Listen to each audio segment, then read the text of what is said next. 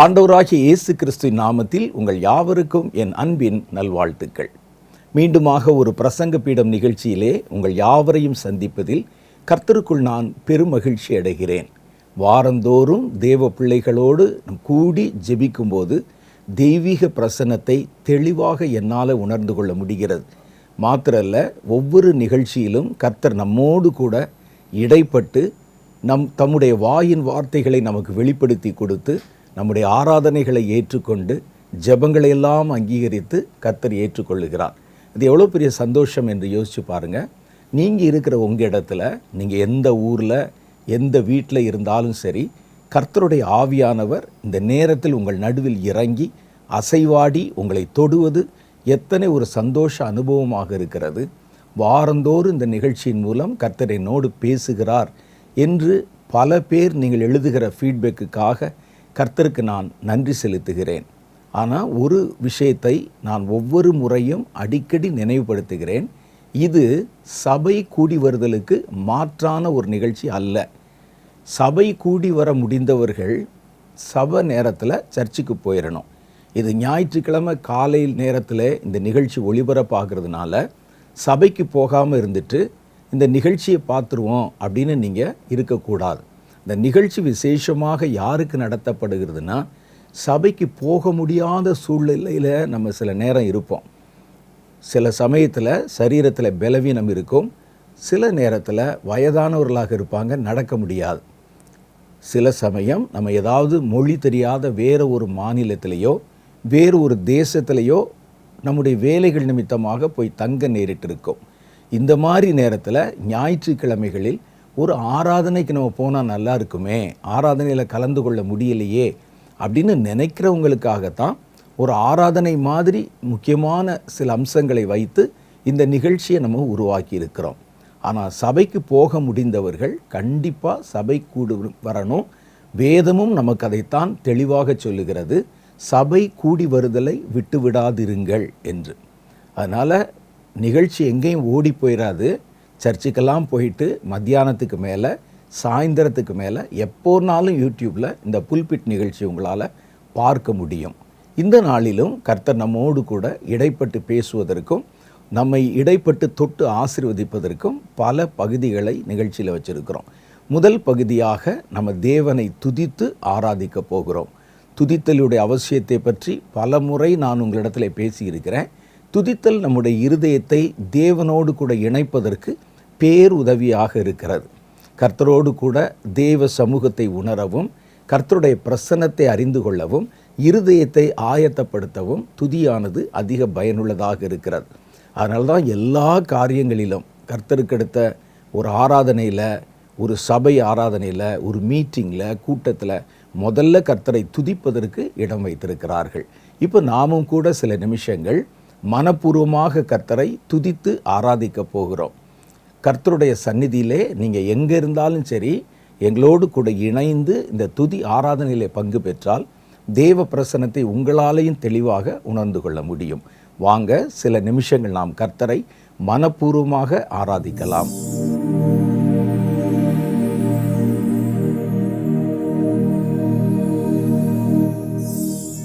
Romans chapter 14 verse 8 says, if we live, we live for the Lord.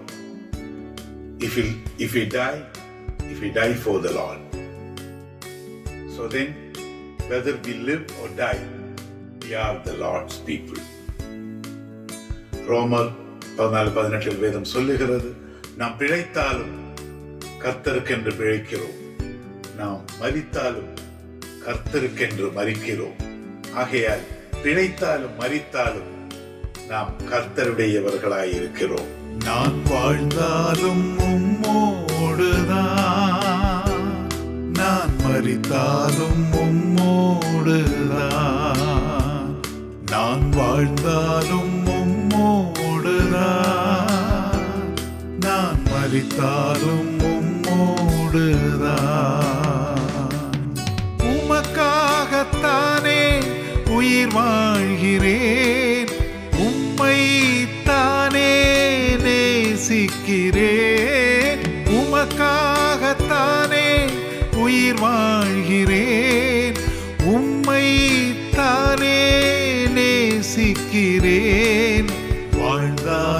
உம்மோடுதான், நான் மரித்தாலும் உம்மோடுதான், நான் வாழ்ந்தாலும் உம்மோடுதான், நான் மரித்தாலும் உம்மோடுதான். அழிந்து போகிற ஜனங்களுக்காக திறப்பில் நின்று ஜெபிக்கிற மக்களாக எங்களை நீர் உயர்த்தும் ஆண்டவரே. ஆத்தும பாரத்தால் எங்களை நிரப்பும் தேவா. அபிஷேக தைலத்தால் எங்களை பூசும் ஆண்டவரே. ஆத்தும பாரம் தாருமையா, அபிஷேகத்தால் என்னை நிரப்புமையா. ஆத்தும பாரம் தாருமையா, அபிஷேகத்தால் என்னை நிரப்புமையா. வாழ்ந்தாலும் உம்மோடுதான், நான் மரித்தாலும் உம்மோடுதான், நான் வாழ்ந்தாலும் உம்மோடுதான், நான் மரித்தாலும் உம்மோடுதான்.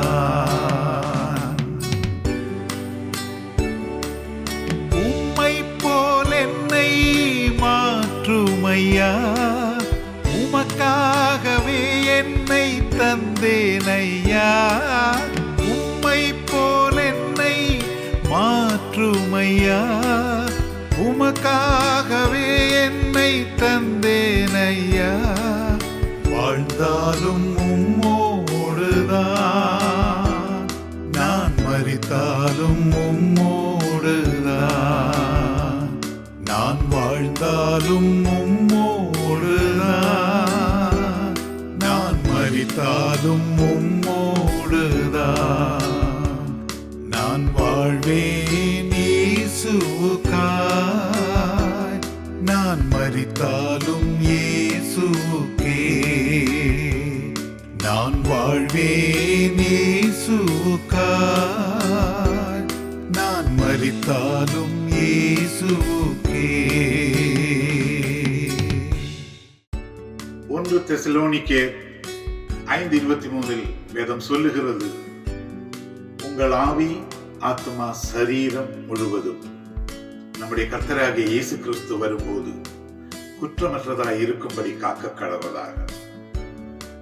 எங்கள் ஆவி ஆத்மா சரீரம் நாங்கள் உம்மிடத்தில் அர்ப்பணிக்கிறோம் ஆண்டவரே. ஏற்றுக்கொள்ளும் ஆண்டவரே. என் ஆத்மாவும் சரீரமும் என் ஆண்டவர்க்கே சொந்தம்.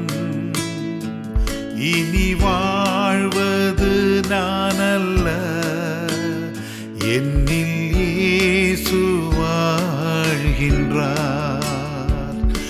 என் ஆத்மாவும் சரீரமும்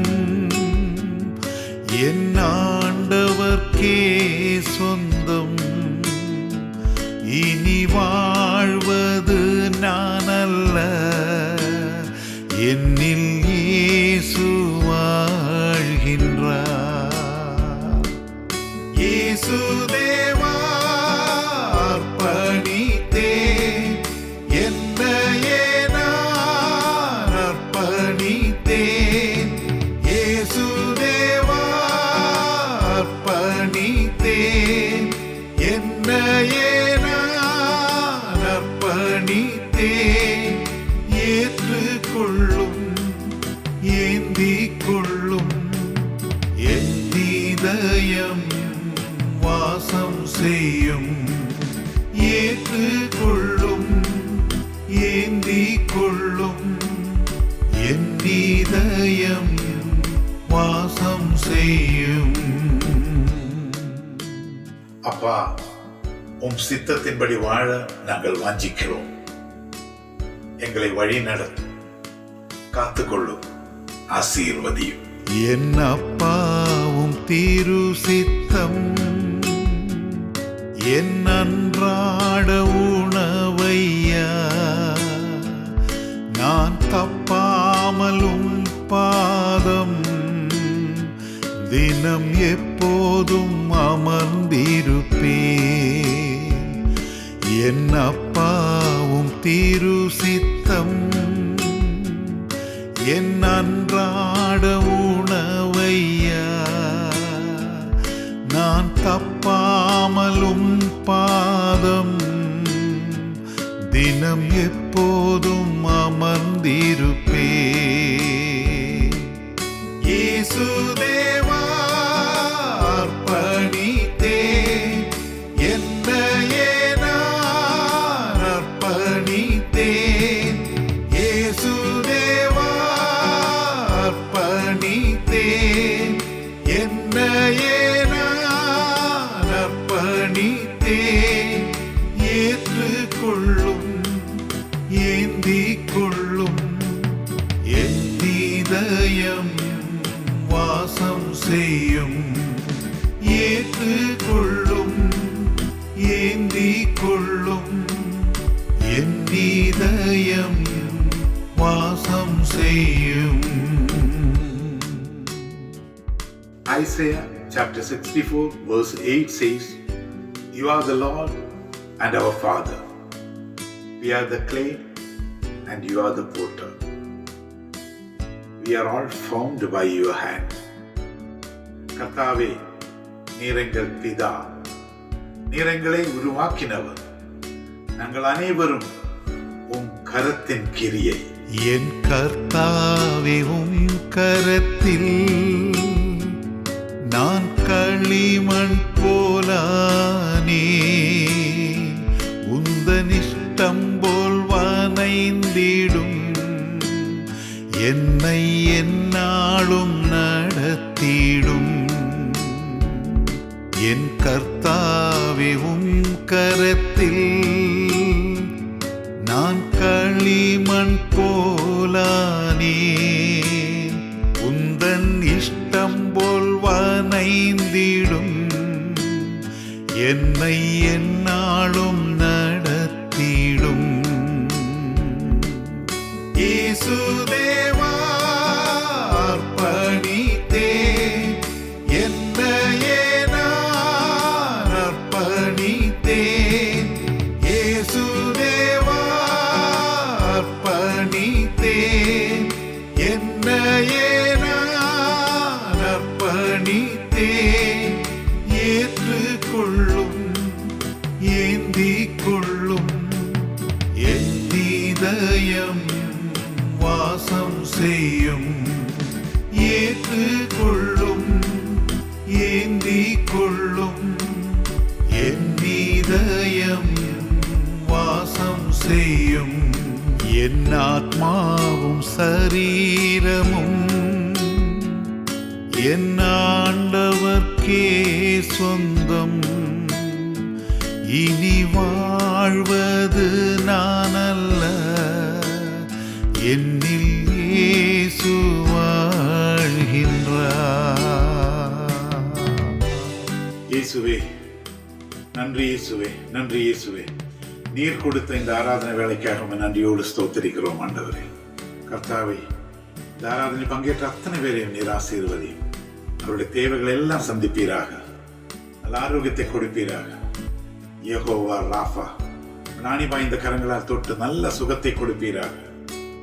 எல்லா தேவைகள் எல்லாம் சந்திப்பீராக கர்த்தாவே. இயேசுவே ஸ்தோத்திரம், ஸ்தோத்திரம், ஸ்தோத்திரம் அப்பா.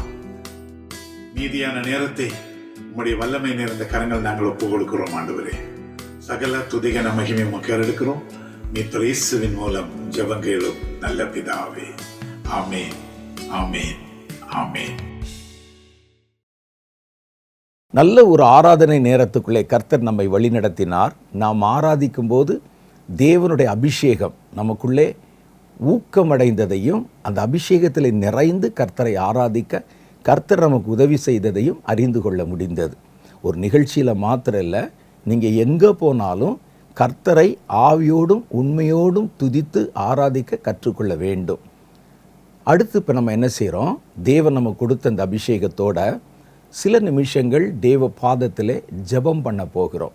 இதில் பண்ணக்கூடிய ஜெபங்கள் முழுவதும் தேசம், உலகம் சம்பந்தமான காரியங்கள். கர்த்தருடைய பாதத்திலே நாங்கள் கர்த்தருடைய பிள்ளைகளாக கூடி காத்திருந்த சமயங்களில் கர்த்தர் இந்த உலகத்திலையும் அல்லது நம்முடைய தேசத்திலையும் நடக்கப் போகிற சில முக்கியமான காரியங்களை குறித்த முன் அறிவிப்புகளை தீர்க்க தரிசனமாக வெளிப்படுத்தியிருக்கிறார். அவைகளில் ஒன்றிரண்டைத்தான் நம்ம எடுத்து இந்த நேரத்தில் அவைகளை விளக்கி சொல்லி அவைகளுக்காக ஜெபிப்பதை வழக்கமாக வைத்திருக்கிறோம். பொதுவாக எந்த தீர்க்க தரிசனத்தை கர்த்தர் நமக்கு வெளிப்படுத்தி சொன்னாலும் அதில் கர்த்தருடைய நோக்கம் அந்த காரியத்திற்காக நம்ம ஜெபிக்கணும். அநேகர் ஜெபிப்பதனால தான் அந்த காரியம் வாய்க்கும் என்று அறிந்திருக்கிறோம். ஒரு ஆபத்துக்காக நம்மெல்லாம் கூடி ஜெபம் பண்ணும்போது தான் அந்த ஆபத்தை கர்த்தர் தடுத்து நிறுத்த முடியும். பூமியை கர்த்தர் நோக்கி பார்த்து என்னை நோக்கி விண்ணப்பம் பண்ணுகிறவன் இல்லையே என்று ஆச்சரியப்பட்டேன் என்று கர்த்தர் சொல்கிறார். இவ்வளவு பயங்கரங்கள் வருகிறது, இவ்வளவு தீமைகள் வருகிறது உலகத்தில் அப்படின்னு நான் சொல்லியும் என்னை நோக்கி அபயமிட்டு விண்ணப்பம் பண்ணுகிறவர்கள் இல்லையே என்று கர்த்தர் ஆச்சரியப்பட்டாராம். ஆனால் இனி வருகிற காலங்களில் தீவிரமான பயங்கரங்கள் நிகழுகிற இந்த காலத்தில் நாம் அதிகமாக ஜெபிக்க அழைக்கப்பட்டிருக்கிறோம். இன்றைக்கும் கூட ஒரு முக்கியமான ஒரு தீர்க்க தரிசனத்தை உங்களுக்கு வாசித்து அதை விளக்கி சொல்லி அதற்காக ஜெபிக்க உங்களை வழிநடத்துவார்கள். நாம் எல்லாம் சேர்ந்து ஒருமனப்பட்ட ஆவியோடு கர்த்தரை நோக்கி ஜெபிப்போம் வாருங்கள்.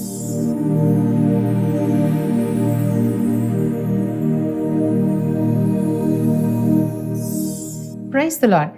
இந்த நாள்ல நம்ம ஜெபிக்க போற காரியம் எதற்காக அப்படின்னு சொன்னா, நம்முடைய தேசங்கள்ல அதிகரித்து வருகிற இந்த நெருப்பினால உண்டாகிற ஆபத்துக்களுக்காக தான் நம்ம மன்றாடி ஜெபிக்க போறோம். நெருப்பினால உண்டாகிற ஆபத்துக்கள் அப்படின்னு சொன்னாலே அது ரொம்பவுமே பயங்கரமான காரியமாக தான் இருக்கும். இதனால ஏற்படுகிற இழப்புகளும் நஷ்டங்களும் ஈடு செய்யவே முடியாது.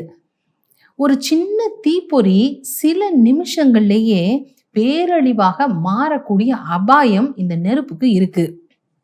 ஒரு வீடு அல்லது ஒரு தொழிற்சாலையில நெருப்பு விபத்து ஏற்பட்டுச்சு அப்படின்னு சொன்னா சில நிமிடங்கள்லயே அத்தனை பொருட்களும் எரிந்து லட்சக்கணக்கான நஷ்டங்களை ஏற்படுத்திடும்.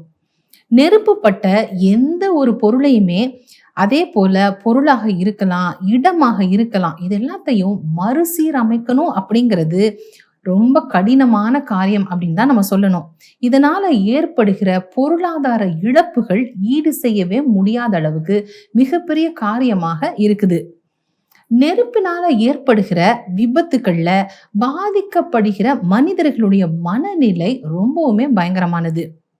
நெருப்பு காயம் அப்படிங்கிறது தான் மருத்துவ உலகத்திலேயே ரொம்பவுமே வேதனையான காயங்கள்ல ஒன்றாக கருதப்படுது.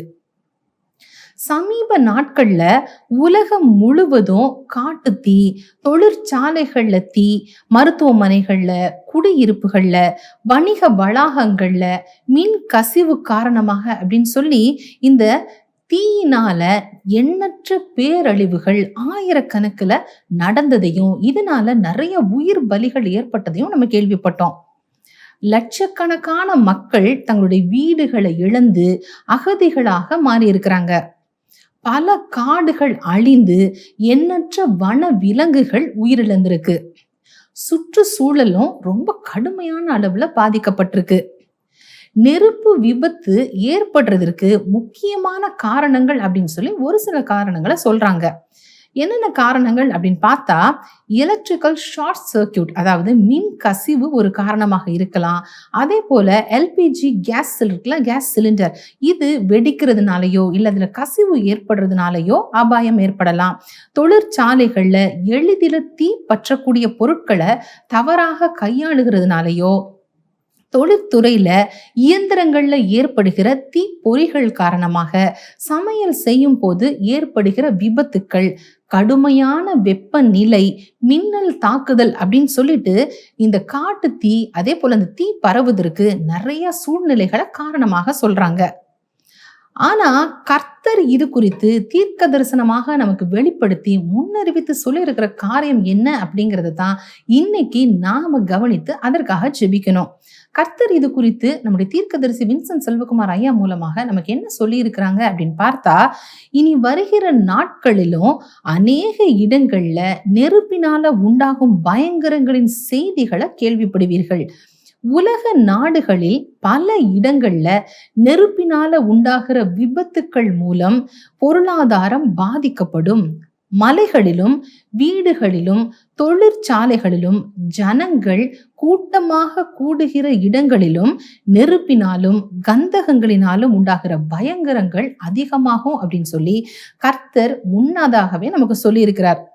இன்னும் மேலும் அவர் சொல்றாரு, கொஞ்ச நாட்கள் நிறுத்தி வைக்கப்பட்டிருந்த நெருப்பின் தூதனுடைய கிரியைகள் மறுபடியுமாக உன்னுடைய தேசத்துல உலக நாடுகள்ல பல இடங்கள்ல பற்றி எரியவும், நெருப்பினால உண்டாகிற விபத்துக்கள் மூலம் ஜனங்களுடைய உயிர்கள் பாதிக்கப்படத்தக்கதாக நெருப்பின் சங்கார தூதர்களுக்கு கட்டளை கொடுக்கப்பட்டிருக்கிறது அப்படின்னு சொல்லி கர்த்தர் நமக்கு வெளிப்படுத்தி பேசியிருக்கிறார்.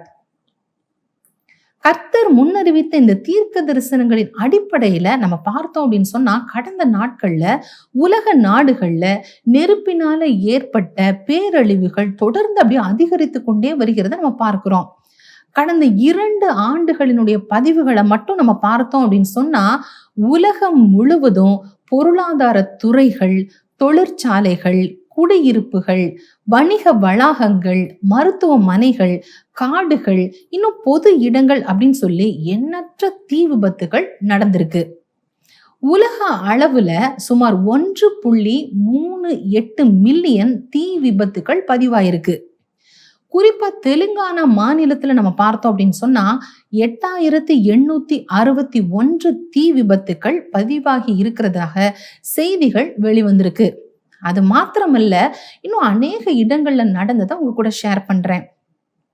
குறிப்பா கராச்சியில ஒரு வணிக கட்டடத்துல ஏற்பட்ட தீ விபத்துனால கிட்டத்தட்ட 80 பேர் மரித்து போயிருக்கிறாங்க.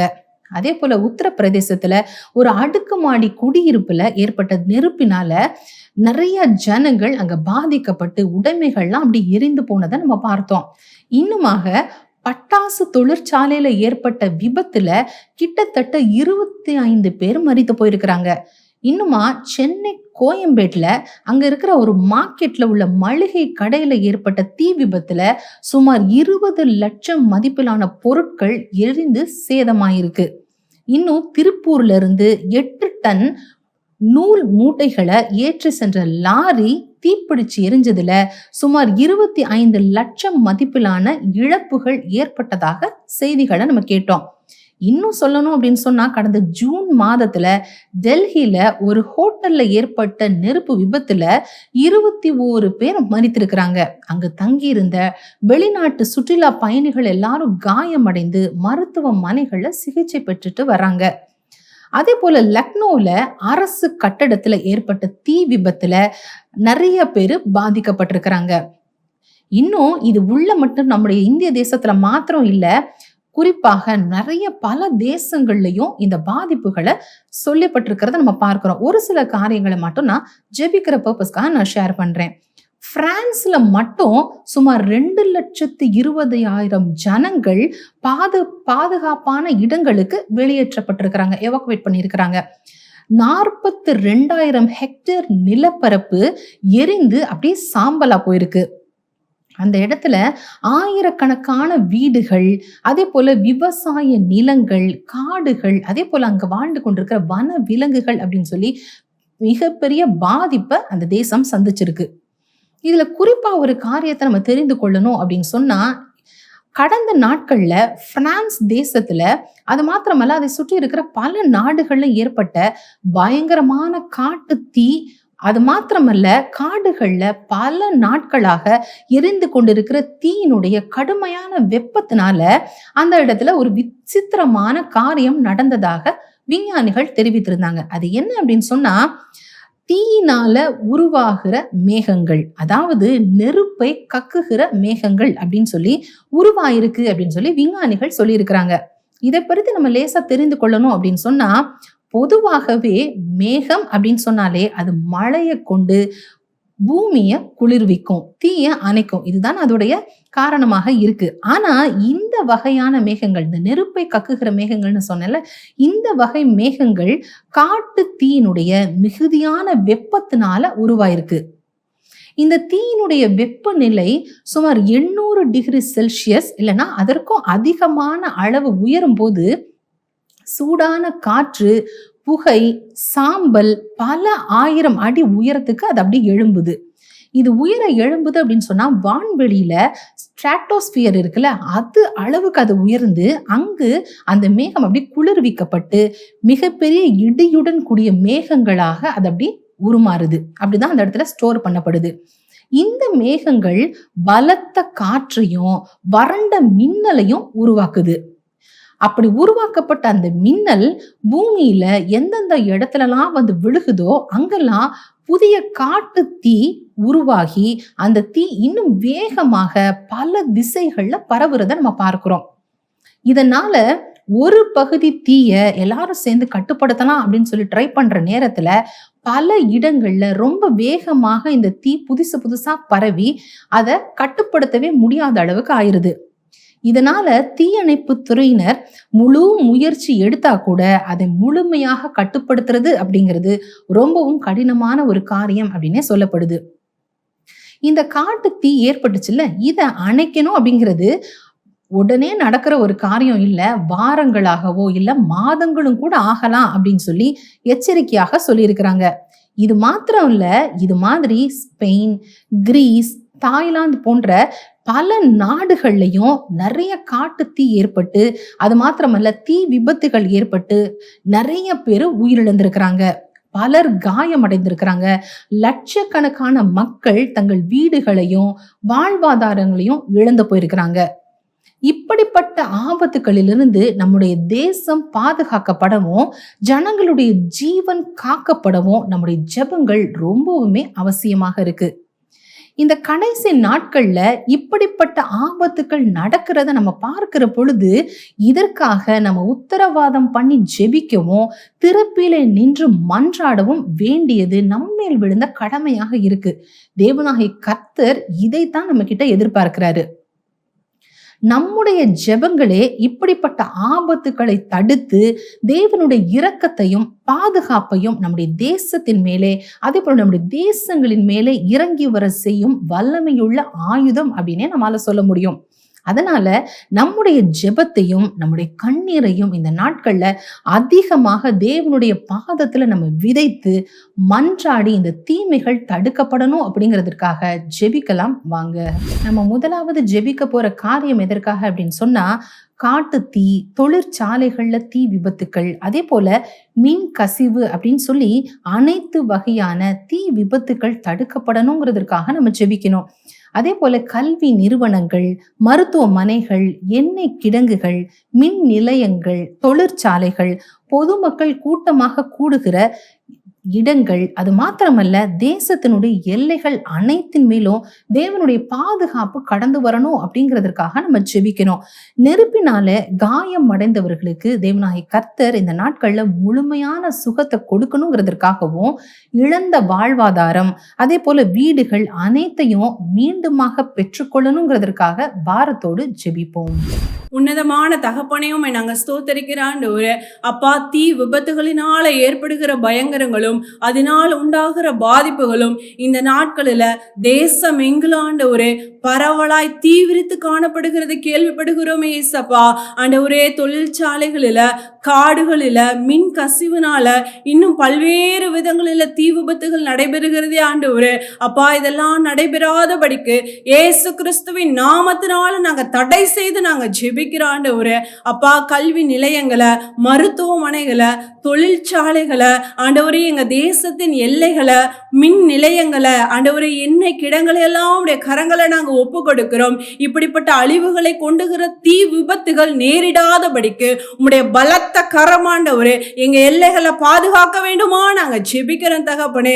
இப்படிப்பட்ட தீ விபத்துகளில் பாதிக்கப்பட்டிருக்கிற ஒவ்வொருவரையும் உடைய கரங்களை நாங்க ஒப்பு கொடுக்கிறோம். அவங்க சரீர பிரகாரமாக திரும்பி வரவும், அவங்க இழந்த எல்லாவற்றையும் மீட்டு கொள்ளவும், ஆண்டவரே அவங்க வாழ்வாதாரம் சீர் பொருந்தவும் நாங்க ஜெபிக்கிறோம் தகப்பனே. உம்முடைய கரத்துல நாங்க ஒப்பு கொடுக்கிறையா. இப்படிப்பட்ட தீ விபத்துகள் நடக்க கூடாது, பாதிப்புகள் நேரிடக்கூடாது. உம்முடைய கரமே பாதுகாக்க வேண்டுமா நாங்க ஜெபிக்கிறோம். இயேசு கிறிஸ்துவின் நாமத்தில் ஜெபிக்கிறோம் நல்ல பிதாவே, ஆமென். இரண்டாவதாக நம்ம ஜெபிக்க போற காரியம் எதற்காக அப்படின்னு சொன்னா, சாத்தான் கொண்டு வருகிற அழிவுகள், விபத்துக்கள், பொல்லாத மனிதர்களின் சதி திட்டங்களால ஏற்படுகிற கூட்டமான மரணங்களை இயேசு கிறிஸ்துவின் நாமத்தினால முறியடித்து, தேவனுடைய அக்கினி மதில் நம்மையும் நம்முடைய தேசத்தையும் நம்முடைய குடும்பங்களையும் சுற்றி வேலையடைத்து பாதுகாத்து கொள்ளணுங்கிறதுக்காக நம்ம ஜெபிக்கணும். அதே போல நெருப்பினால ஏற்படுகிற உயிரிழப்புகள், பேரழிவுகளை தடுத்து தேசத்தின் பாதுகாப்பிற்காக பாரம் சுமந்து பரிந்து பேசுகிற ஜெப வீரர்கள் நம்முடைய தேசங்கள்ல திரளாக எழும்பணுங்கிறதுக்காக எல்லாரும் இணைந்து ஜெபிப்போம்.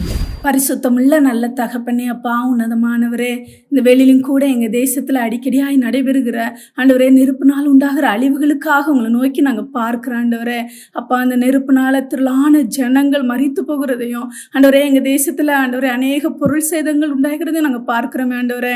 கர்த்தர் ஒரு விஷயம் கூட இப்படிப்பட்ட தீமைகள் இருந்து எங்க தேசத்தை நீங்க பாதுகாத்து கொள்ளும்படிக்காக நாங்க ஜெபிக்கிறோப்பா ஆண்டவரே. இந்த நெருப்பினால தீமைகளையும் திரளான மரணங்களையும் ஏற்படுத்தி எங்க தேசத்துல ஒரு பெரிய பொருளாதார இழப்புகளை உண்டு பண்ணுகிற பொல்லாத சாத்தானுடைய கிரியைகளும் பொல்லாத மனுஷர்களுடைய திட்டங்களும் அது இயேசு கிறிஸ்துவின் நாமத்தினாலே முற்றிலுமாய் நிர்மூலமாக்கப்படுவதாக, அவர்களுடைய கிரியைகள் அழிக்கப்படுவதாக இயேசுவின் நாமத்தினாலே.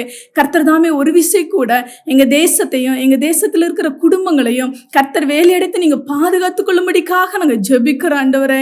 எந்த விதத்திலும் இந்த நெருப்பினால ஆண்டவரே திரளான மரணங்களோ ஆண்டவரே அப்ப பொருள் சேதங்களோ உயிரிழப்புகளோ எதுவும் ஏற்படாதபடி கர்த்தர் நீங்க காத்துக்கொள்ளுங்க ஆண்டவரே. நெருப்பினால் உண்டாகிற விபத்துகளுக்காக ஆண்டவரே, இந்த அழிவுகளுக்காக மன்றாடி ஜெபிக்கிற திரள் கூட்ட ஆண்டவரே ஜனங்களை, ஜெபிக்கிற ஜெப வீரர்களை கர்த்தர் நீங்க எழுப்பி தரும்படிக்காக நாங்க ஜெபிக்கிறோம். உங்க பிரசன்னத்துக்குள்ளாக ஒவ்வொருவரையும் நாங்க தாழ்த்தி அர்ப்பணிக்கிறோம். மீட்பர் இயேசு கிறிஸ்துவின் நாமத்தினாலே ஜெபிக்கிறோம் நல்ல பிதாவே, ஆமென். நல்ல ஒரு ஜெப நேரத்தை கர்த்தர் கொடுத்தார். நீங்க என்ன நினைக்கிறீங்க? நீங்க தனி ஜெபம் பண்ணினாலும், குடும்ப ஜெபம் பண்ணினாலும், ஜெப குழுவிலே ஜெபம் பண்ணினாலும், ஜெபம் பண்ணும்போதே நமக்கு ஒரு சாட்சி உண்டாகும். அது பேர் ஆவியின் சாட்சி அப்படின்னு பேர். அந்த ஆவியின் சாட்சி தியானம் பண்ணும்போதும் ஜெபம் பண்ணும்போதும் தேவனுக்கு அடுத்து எந்த காரியத்திலே நம்ம இறங்கும் போதும் அந்த ஆவியின் சாட்சியை தெளிவாக நம்ம அறியலாம். நம்ம பண்ணுற ஜெபத்தை கர்த்தர் ஏற்றுக்கொண்டாரா? நம்ம செய்த ஆராதனையை கர்த்தர் ஏற்றுக்கொண்டாரா? நம்முடைய தியானத்திலே கர்த்தர் நம் நடுவிலே அவரும் இறங்கி காரியங்களை வெளிப்படுத்துகிறாரா? இதெல்லாம் நமக்கு நம்முடைய ஆவியில் பட்டவர்த்தமாய் தெரியும். நமக்கு என் ஜெபத்தை கர்த்தர் கேட்டு விட்டார், இந்த ஜெபத்தை அங்கீகரித்து விட்டார். அந்த ஆவியினுடைய சாட்சி உணர்வு வருகிற வரைக்கும் தேவனுடைய காரியத்தை நிறுத்தக்கூடாது. தொடர்ந்து நம்ம ஜெபிக்கணும். இன்று நாம் ஜெபித்த போது நிச்சயமாகவே கர்த்தர் இந்த ஜெபத்தை ஏற்றுக்கொண்டு விட்டார் என்ற ஒரு பரிபூர்ண நம்பிக்கை நமக்குள்ளே உண்டாயிருக்கிறது. அதற்காக கர்த்தருக்கு நான் நன்றி செலுத்துகிறேன்.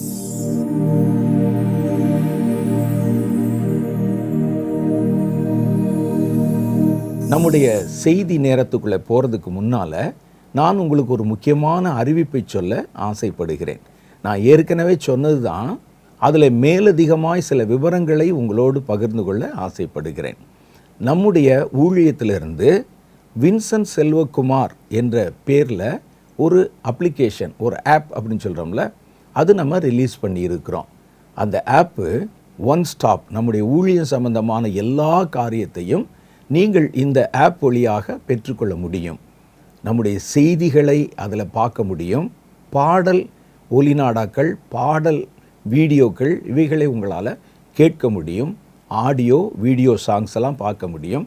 மாதந்தோறும் நம்ம வெளியிடுகிற நம்முடைய மேகசின், ஜெபத்திற்காக கர்த்தருடைய தீர்க்க தரிசனங்களை அடிப்படையாக வைத்து வெளியிடப்படுகிற நம்முடைய மாதாந்திர பத்திரிகை, அந்த பத்திரிகையும் கூட நீங்கள் அந்த ஆப்பில் பதிவிறக்கம் செய்து வாசிக்க முடியும். கர்த்தர் பேசுகிற பல செய்திகளை கவனித்து கேட்க முடியும். ஒருவேளை ஆஃபரிங் போன்ற காரியங்களுடைய விவரங்கள், எங்கள் ஊழியத்தை நாங்கள் தாங்கணும்னு நினைக்கிறோம், கர்த்தருடைய ஆவியான அந்த ஊழியத்தை கொடுக்கணும் அப்படின்னு என் மனதை ஏவுகிறார் அப்படின்னு நிறைய பேர் எங்களுக்கு ஃபோன் பண்ணி கேட்பீங்க. உங்களுக்கு அதற்குண்டான விளக்கங்கள், அதை பற்றின விவரங்கள் எல்லாம் இந்த ஆப்பில் இருக்குது. மாத்திரம் இல்லை, நம்ம வெளியிடுகிற நம்முடைய புத்தகங்கள், இந்த புத்தகங்கள் முழுவதும் கூட நீங்கள் அதன் வழியாகவே ஆர்டர் பண்ணி பெற்றுக்கொள்ள முடியும். அந்த புத்தகங்களை குறித்த விவரங்கள் அதில் இருக்கும். அதை பெற்றுக்கொள்ள வேண்டிய வழிவகைகள் இதில் இருக்கும். நீங்கள் சுலபமாக அதில் ஆர்டர் பண்ணி உங்களுக்கு எந்த புத்தகம் வேண்டுமோ அதை நீங்கள் தபாலிலே பெற்றுக்கொள்ள முடியும்.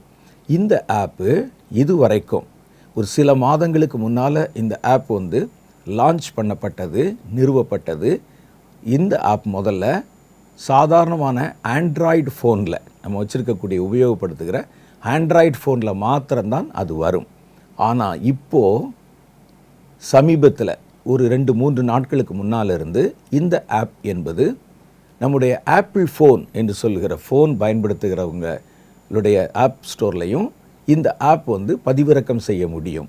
நீங்கள் ஒருவேளை ஆப்பிள் ஃபோன் பயன்படுத்துகிறவர்களாக இருந்தால் ஆப் ஸ்டோருக்கு போய் அதில் ஆப்பிளில் இருக்கிற ஆப் ஸ்டோருக்கு போய் நீங்கள் வின்சென்ட் செல்வகுமார் என்ற என்னுடைய பெயரை நீங்கள் டைப் பண்ணால் இந்த அப்ளிகேஷன் அதில் இருக்கும்.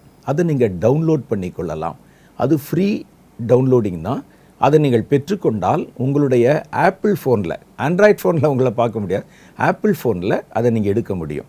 அதே நேரத்தில் ஆண்ட்ராய்ட் ஃபோன் பயன்படுத்துகிறவர்கள் நீங்களும் கூட கூகுள் ப்ளே ஸ்டோர் அதில் இருக்கும் உங்களுடைய ஃபோனில், அதுக்குள்ளே போய் இதே ஆப்பை உங்களுடைய ஃபோனில் பதிவிறக்கம் செய்து கொள்ள முடியும். ஆப்பிளில் ஐபேட் வச்சுருக்கிறவங்க, ஆப்பிளில் ஸ்மார்ட் ஃபோன் பயன்படுத்துகிறவர்கள், ஆப்பில் வைத்திருக்கக்கூடிய ஃபோன்ஸ் பயன்படுத்துகிறவங்க இந்த வசதியை பயன்படுத்தி கொள்ள உங்களை நான் அன்பாக வேண்டிக் கொள்ளுகிறேன்.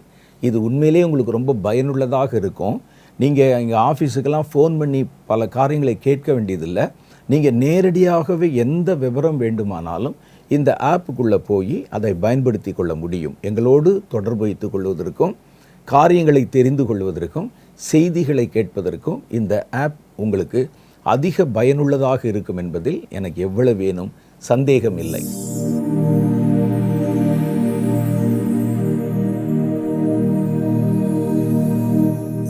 இப்போ நம்ம அடுத்து கர்த்தருடைய வார்த்தையை தியானிக்க போகிறோம்.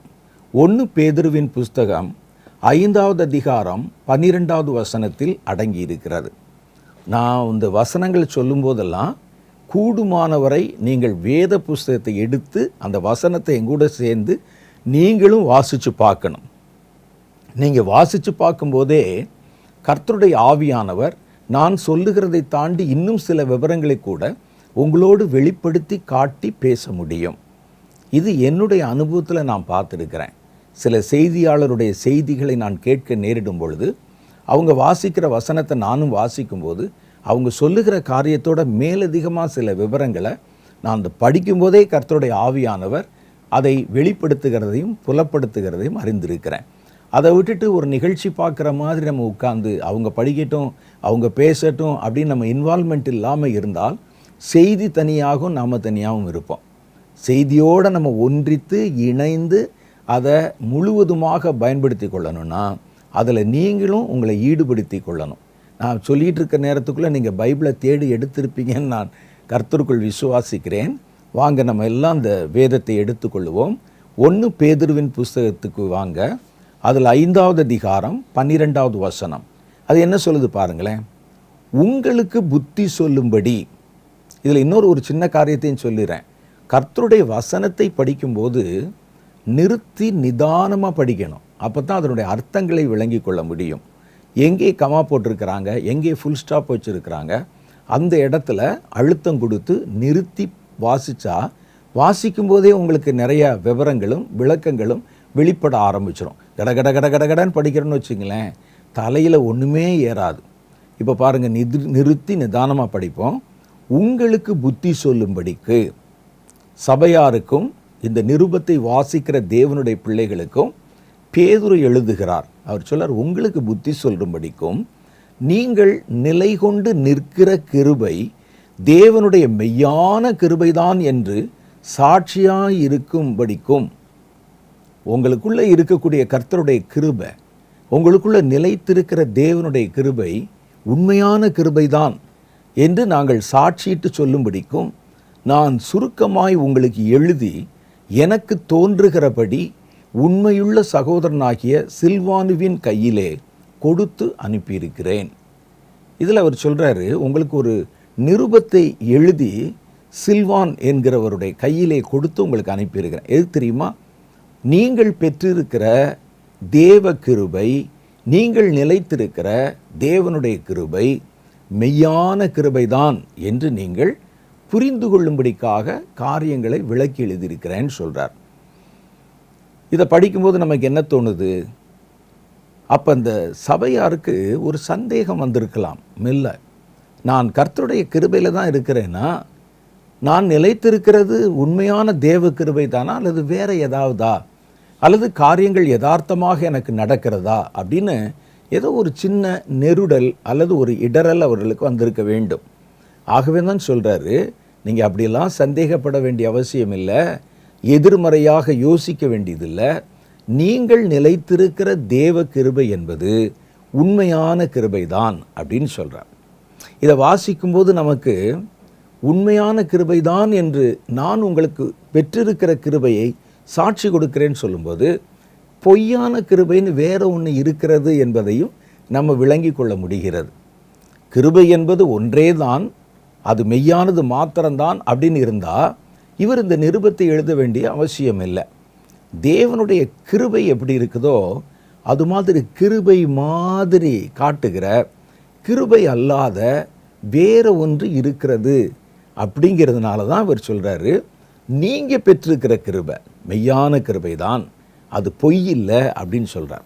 அப்போ கர்த்தருடைய கிருபையை குறித்து நம்ம நிறைய செய்திகள் தியானிச்சிருக்கிறோம். கிருபைனா என்னன்னு உங்களுக்கு தெரியும். தகுதி இல்லாத ஒருவனுக்கு அவன் தகுதிக்கு மீறிய நினைக்க முடியாத ஒரு இரக்கத்தை நன்மையை காட்டுவதற்கு பேர் தான் கிருபை. நம்ம தகுதி இல்லாதவர்களாக இருந்தோம், கர்த்தர் தம்முடைய ஒரே பேரான குமாரனை அனுப்பி, அப்போ நமக்கும் கர்த்தருடைய குமாரனை நமக்காக அனுப்புகிறாருன்னு சொன்னால் அது நம்முடைய தகுதிக்கு அப்பாற்பட்ட ஒரு இரக்கம். இதுக்கு பேர் தான் கிருபை அப்படின்னு சொல்கிறோம். அப்போ இந்த கிருபையை பற்றி நிறைய செய்திகள் கேள்விப்பட்டிருக்கிறோம். இன்றைக்கி நம்ம பார்க்க போகிறது என்ன தெரியுமா? பொய்யான கிருபைனா என்ன? இவர் அந்த இடத்துல ஒரு சின்ன காரியத்தை சொல்லியிருக்கிறாரே, நீங்கள் வாங்கியிருக்கிற கிருபை பற்றி நீங்கள் சந்தேகப்படாதீங்க, இது உண்மையான கிருபை தானா பொய்யான கிருபையா அப்படின்னு சந்தேகப்படாதீங்க. நீங்கள் பெற்றிருக்கிற கிருபையும் நீங்கள் செயல்படுகிற விதத்தையும் பார்த்து நான் உங்களுக்கு சர்டிஃபிகேட் பண்ணுறேன், நீங்கள் பெற்றிருக்கிற கிருபை பொய்யானதல்ல, உண்மையான கிருபை அப்படின்னு சொல்கிறார். அப்போ இது வாசிக்கும்போது நமக்கு என்ன தெரியுது? மெய்யான கிருபைன்னு ஒன்று இருந்தால் பொய்யான கிருபை என்று ஒன்று இருக்கணும்ல. அது என்ன பொய்யான கிருபை? வெளியே பார்த்தா கிருபை மாதிரி தெரியும், ஆனால் அது உண்மையான தேவ கிருபை அல்ல, பொய்யான கிருபை, ஃபேக்கு. அது என்ன பொய்யான கிருபை? வேதம் அதை பற்றி என்ன சொல்லுகிறது என்பதை பற்றி நம்ம பார்க்க போகிறோம். முதல் காரியத்தை பாருங்கள். சிலர் அந்த கிருபையை இப்போ சமீப காலமாக கிருபை என்ற பெயரில் நிறைய கள்ள உபதேசங்கள் உலகம் முழுவதும் பரவி வருகிறதை பார்க்க முடிகிறது. சில வருடங்களுக்கு முன்னால் இருந்து, ஒரு 20-25 வருஷத்துக்கு முன்னால் இருந்து கர்த்தருடைய கிருபை மாத்திரம் போதும் என்று மையப்படுத்தி பேசுகிற ஒரு உபதேசம் வந்தது. அதற்கு பேர் ஹைப்பர் கிரேஸ் அப்படின்னு சொல்கிறாங்க. அதில் என்ன சொல்கிறாங்கன்னா, நீங்கள் ஜெபம் பண்ண வேண்டியதில்லை, ஊழியம் செய்ய ஒன்றும் செய்ய வேண்டியதில்லை, கர்த்தருடைய கிருபை நீங்கள் இயேசுவை மாத்திரம் ஏற்றுக்கொண்டிருந்தால் போதும், இயேசுவை ஏற்றுக்கொண்டு ரட்சிக்கப்பட்டிருந்தால் போதும், அதுக்கப்புறம் நீங்கள் எதை பற்றியும் அலட்டிக்கொள்ள வேண்டியதில்லை. ஒரு ஊழியக்காரர் பேசின செய்தியை, வீடியோவை நான் கேட்டேன், இப்போ இல்லை, பல வருஷங்களுக்கு முன்னால். அதில் அவர் சொல்கிறாரு, கம்ப்யூட்டரில் எப்படி ஒரு ஆன்டி வைரஸ் போட்டு வச்சுருக்கிறோமோ, உங்களுக்கு தெரியும் ஆன்டி வைரஸ்னால் என்னென்னு. ஒரு ஆன்டி வைரஸ் என்ற ஒன்று உள்ளே இன்ஸ்டால் பண்ணி வச்சுட்டா இந்த கம்ப்யூட்டருக்குள்ளே எந்த வைரஸ் வந்தாலும் அந்த வைரஸை அதுவே டிசால்வ் பண்ணிடும், அழிச்சிரும். அது மாதிரி கர்த்தருடைய கிருபை என்று நமக்குள்ளே இருந்துச்சுன்னா, நீங்கள் எந்த பாவத்தை செய்தாலும் அந்த பாவத்தினால் உண்டாகிற சாபத்தையோ கரையையோ அது உங்கள் வாழ்க்கையிலே ஒட்ட விடாது. நீங்கள் அதுக்காக உட்கார்ந்து நான் பாவம் செஞ்சுட்டேனே அப்படின்னு அளவோ ஜெபம் பண்ணவோ வேண்டியதில்லை. இந்த கிருபை மாத்திரம் நீங்கள் வாங்கிட்டா நீங்கள் எந்த தவறையும் செய்யலாம், எந்த பாவத்தையும் செய்யலாம். அது ஒரு பக்கம் அதை மன்னித்து கொண்டே இருக்கும். பாவத்தை நீங்கள் செஞ்சிடலாம், குடிச்சிடலாம், வெறிச்சிடலாம், விபச்சாரம் பண்ணிடலாம். ஆனால் அந்த கிருபை உள்ளே இருக்குதுல்ல, அந்த பாவத்தினால் உண்டாகிற விளைவுகள் இருக்கும் பாருங்க, சாபமோ அல்லது வியாதியோ இருக்குமில்ல, அது எல்லாம் நேராதபடிக்கு இந்த கிருபை தானாய் அதை தள்ளி விட்டுரும், ஆன்டிவைரஸ் மாதிரி அப்படின்னு சொன்னான். ஒரு பெரிய கூட்டம் அதை கேட்டுட்டு இருக்கிறாங்க. எல்லாருக்கும் சந்தோஷம். பாவத்தை குறித்து இனிமேல் நம்ம பயப்பட வேண்டியதில்லை. பாவத்தை குறித்து பாவி ஆயிட்டனே, பாவம் செஞ்சிட்டேனேன்னு சொல்லி மனம் பதற வேண்டியதில்லை. நம்ம மனம் போனபடி எதை வேண்டுமானாலும் செய்யலாம். நான் கர்த்தரை ஏற்றுக்கொண்டு இயேசுதான் கிறிஸ்துன்னு அறிக்கையிட்டு அவரை நம்பினால் போதும். இந்த கிருபை ஆட்டோமேட்டிக்காக என்னை சுத்திகரித்து கொண்டே இருக்கும். நான் இஷ்டப்படி எப்படி வேணுமானாலும் வாழலாம். இதை கேட்குறதுக்கும் இந்த ஹைப்பர் கிரேஸ் என்ற இந்த செய்திகளை கவனிப்பதற்கும் ஏராளமான ஜனங்கள் அந்த சபையில் கூட்டத்தை பார்த்தா நிரம்பி வழிய ஆரம்பித்து அந்த சபை துவங்கின இடத்திலிருந்து உலகத்தின் பல இடங்களுக்குள்ளும் அந்த சபையினுடைய கருத்துக்கள் தீவிரமாக பரவ ஆரம்பித்து விட்டன. ஒரு காலத்தில் கிறிஸ்தவர்கள் என்றால் இப்படித்தான் இருக்கணும், இப்படித்தான் வாழணும் என்கிற ஒழுங்கு விதிமுறைகளை தாண்டி ஒரு ஊழியக்காரனாக இருந்தாலும் சரி, ஒரு விசுவாசியாக இருந்தாலும் சரி, கர்த்தருடைய கிருபை மாத்திரம் இருந்தால் போதும், நம்ம எப்படி வேண்டுமானாலும் வாழலாம் என்று பாவத்திற்கு லைசன்ஸ் கொடுக்கிறது. இது அந்த நாட்களில் முதல் நூற்றாண்டு கிறிஸ்தவ சபைக்கு அப்புறம் வந்த சபை அரசியலோடு கூட சம்பந்தம் கலந்த ஒரு சபையாகிவிட்டது. அந்த சபை ரோமர்களின் ஆட்சியாளர்களோட அவர்கள் இணைந்து கைகோர்த்து கொண்டாங்க. அந்த நேரத்தில் வேதம் வாசிப்பதை அவங்க ஜனங்களுக்கு, பொது ஜனங்களுக்கு கொடுக்காம அதை தடை செய்து விட்டார்கள். இப்போ பைபிள் என்ன போட்டிருக்குன்னு தெரியாது. ஊழியக்காரர்கள் மேடையிலிருந்து என்ன பேசுகிறாங்களோ, சர்ச்சில் புல்பீட்டிலிருந்து என்ன பேசுகிறாங்களோ அதுதான் நம்ம நம்பணும். அப்போ அந்த நேரத்தில் சொன்னாங்க, பாவ மன்னிப்பு சீட்டு அப்படின்னு ஒரு சீட்டை இன்ட்ரடியூஸ் பண்ணாங்க. அந்த பாவ மன்னிப்பு சீட்டுனா, ஒருவர் பாவம் செய்தால் அங்கே இருக்கிற அந்த சபை ஊழியரிடத்தில் போய், அங்கே இருக்கிற அப்போஸ்தலரோ ஒரு பாஸ்டர்கிட்ட போய் தன் பாவத்தை அறிக்கை செய்யணும் அப்படின்னு ஒரு மரபு வச்சுருந்தாங்க. அப்போ நிறைய ஜனங்கள் கூட்டம் இருக்கிறனால இவன்ட்ட உட்காந்து இவன் பாவத்தை கேட்டுட்ருக்க நமக்கு நேரம் இல்லை. அதனால் என்னென்னா, ஒரு சீட்டு போட்டு உங்களுடைய பாவம் என்னென்னவோ அதெல்லாம் நீங்கள் டிக் பண்ணி உங்களுடைய சிக்னேச்சர் போட்டு கொடுத்துட்டா அதை அந்த ஊழியக்காரர், அந்த சபை மேய்ப்பர் வாங்கி உன் பாவம் மன்னிக்கப்பட்டது என்று ஒரு சீல் போட்டு உங்கள் கையில் திருப்பி கொடுத்துருவார். அதுக்கு பேர் பாவ மன்னிப்பு சீட்டு அப்படின்னு பேர். நாளடைவில் இது என்ன ஆயிடுச்சுன்னு கேட்டால், செய்த பாவத்திற்கு மாத்திரம் இல்லை, செய்ய போகிற பாவத்திற்கும் அட்வான்ஸாக நீங்கள் முதலையே மன்னிப்பு பெற்றுக்கொள்ள முடியும் அப்படின்னு அதுக்கு பாவ மன்னிப்பு சீட்டை வேறு மாதிரி புதுசு பண்ணாங்க. இந்த வருஷத்தில் நான் செய்ய போகிற பாவங்கள் எல்லாவற்றையும் மன்னிப்பதற்கு நான் இப்போவே முன்கூட்டியே ஒரு சீட்டு வாங்கிட்டா அதுக்கு பிறகு என்ன பாவம் செய்தாலும் அந்த பாவம் அந்த ஒரு வருஷம் அந்த வேலிடிட்டி இருக்கும். அந்த ஒரு வருஷம் நான் என்ன பாவம் செய்தாலும் இந்த சீட்டு அதை மன்னித்து விடும். அடுத்த வருஷம் பாவம் செய்வதற்கு நான் ஜனவரி மாதத்துலேயே அடுத்த சீட்டு வாங்கிடணும் அப்படின்னு ஒரு கொள்கை வச்சுருந்தாங்க. அது நீங்கள் சரித்திரத்தில் வாசித்திருப்பீங்க. நான் இதை வேதத்திலேயோ வேறு எந்த ஊழியர் சொல்லி வாசிக்கலை. நான் கல்லூரியில் படித்த போது சரித்திர பாடத்தில் இதை நான் வாசித்திருக்கிறேன். இந்த புராட்டஸ்டன்ட் இயக்கங்கள் எப்படி தோன்றியது, அப்போல்லாம் நான் கடவுளை அதிகமாக நம்பாதவன், அந்த நேரத்தில் நான் வாசித்தது. அப்போ உலக சரித்திரத்திலே இதை பற்றி எழுதப்பட்டிருக்கிறது. அப்போ அந்த மாதிரி வாங்கினாங்க. அதே போல தான் இன்றைக்கி சீட்டுக்கு பதிலாக கிருபையை வைத்திருக்கிறார்கள். கர்த்தருடைய கிருபை, நீங்கள் வந்து கர்த்தரே இயேசுவே கர்த்தர் அப்படின்னு நீங்கள் ஏற்றுக்கொண்டு நம்பி விட்டால் போதும். அப்படின்னா என்ன சொல்கிறாங்கன்னா, நீங்கள் கிறிஸ்தவன் ஆகிட்டா போதும், நீ என்ன வேணாலும் செய்யலாம். கிறிஸ்துவனாகி விட்டால் போதும், நீ ஊழியம் செய்யணும் அவசியம் இல்லை. கிருபை உன்னை தாங்கி கொண்டே இருக்கும். நீ கொலை பண்ணலாம், பாவம் பண்ணலாம், என்ன தவறு செய்தாலும் அதுக்கு உடனே உட்கார்ந்து மன்னிப்பு கேட்டு அழுது. தாவீது கேட்டார். தாவீது பழைய காலங்க, பழைய ஏற்பாட்டு காலம். இப்போ கர்த்தருடைய கிருபை வந்துருச்சு இல்லை. அப்போ இப்போ நீங்கள் எதை செய்தாலும் ஆட்டோமேட்டிக்காக நீங்கள் அதை பற்றி எந்த விதமான மன உணர்வும் அல்லது உங்களுடைய மனசில் இப்படி செஞ்சிட்டோமே அப்படிங்கிற ஒரு தவிப்பும் உண்டாக வேண்டியதில்லை. நீங்கள் தைரியமாக இருங்க என்று ஊக்கப்படுத்துகிறது. இந்த கிருபை உபதேசம் நமக்கு என்ன சொல்லுதுன்னா, இந்த கிருபையினால் உங்களுக்கு செல்வ செழிப்பு உண்டாகும், பணம் கிடைக்கும், உலகத்தில் ஒரு பெரிய உச்ச ஸ்தானத்திலே கர்த்தர் உங்களை உட்கார வைப்பார் அப்படின்னு கிருபை உபதேசத்திலே பல கிளைகள் இருக்கின்றன. இந்த கிருபை உண்மையிலே வேதம் காட்டுகிற கிருபைதானா என்று யோசித்து பார்த்தால் வேதம் சொல்லும் கிருபைக்கும் இவர்கள் சொல்லும் கிருபைக்கும் நிறைய வித்தியாசம் இருக்கிறது. வேதத்தில் பாருங்க, அந்த நாட்கள்லையே பேதுரு இந்த புஸ்தகத்தை எழுதுகிற நாட்கள்லையே கர்த்தருடைய கிருபை என்ற வார்த்தை அல்லது கிருபையை வேறு விதமாக எப்படி பயன்படுத்தி இருக்கிறார்கள் என்ற குறிப்பும் அங்கே சொல்லப்பட்டிருக்கிறது. வாசித்து பார்ப்போமா? யூதாவின் புஸ்தகம் 1வது அதிகாரம் 4வது வசனம். ஒரு கிருபை என்ற பெயரை வைத்துக்கொண்டு அதற்கு தப்பான அர்த்தம் கற்பித்து அந்த கிருபை எப்படி தவறாக பயன்படுத்தினார்கள் என்பதற்கு வேத குறிப்பு இருக்கு. யூதா 1வது அதிகாரம் 4வது வசனம். ஏனெனில் தேவனுடைய கிருபையை காம விகாரத்துக்கு ஏதுவாக புரட்டி ஒன்றான ஆண்டவராகிய தேவனையும் நம்முடைய கர்த்தராகிய இயேசு கிறிஸ்துவையும் மறுதலிக்கிற பக்தியற்றவர்களாகிய சிலர் பக்க வழியாய் நுழைந்திருக்கிறார்கள். அவர்கள் இந்த ஆக்கினைக்குள்ளாவார்கள் என்று பூர்வத்திலே எழுதியிருக்கிறதே. கர்த்தருடைய கிருபையை தங்களுடைய மாம்ச இச்சைக்காக புரட்டுகிறவர்கள்.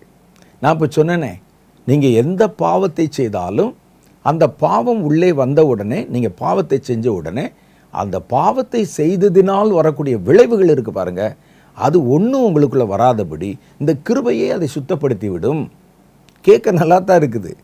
ஆனால் அதனுடைய உள் அர்த்தம் என்னன்னு கேட்டால், நீங்கள் இயேசுவை ஏற்றுக்கொண்டு விட்டால், அவருடைய கிருபை உங்களுக்குள்ளே வந்து விட்டால், நீங்கள் எந்த பாவத்தையும் செய்யலாம், உங்களுக்கு லைசன்ஸ் கொடுக்கப்பட்டிருக்கிறது என்பதாக அதுக்கு அர்த்தம் வருது. இது இன்னைக்கு நேற்று வரல.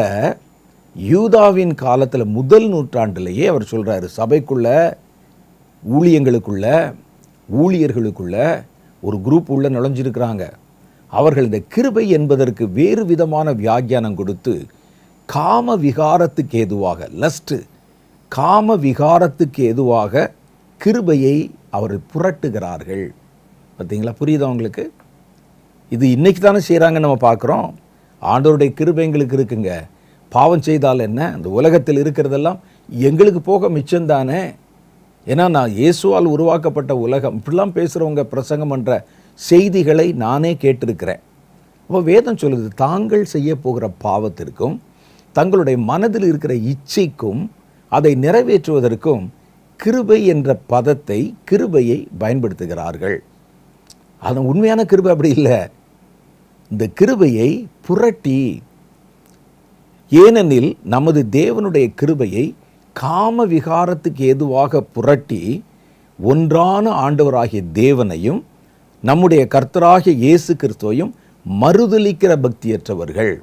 இவன் யார் அப்படின்னு கேட்டால், இந்த கிருபையை தப்பான வியாக்கியானம் கொடுத்து பயன்படுத்துகிறவன் யாருன்னு கேட்டால், கர்த்தருடைய கர்த்தத்துவத்தை மறுதலிக்கிறவன், பக்தியற்றவன். நான் சொல்லல ஐயா, வேதம் சொல்லுகிறது.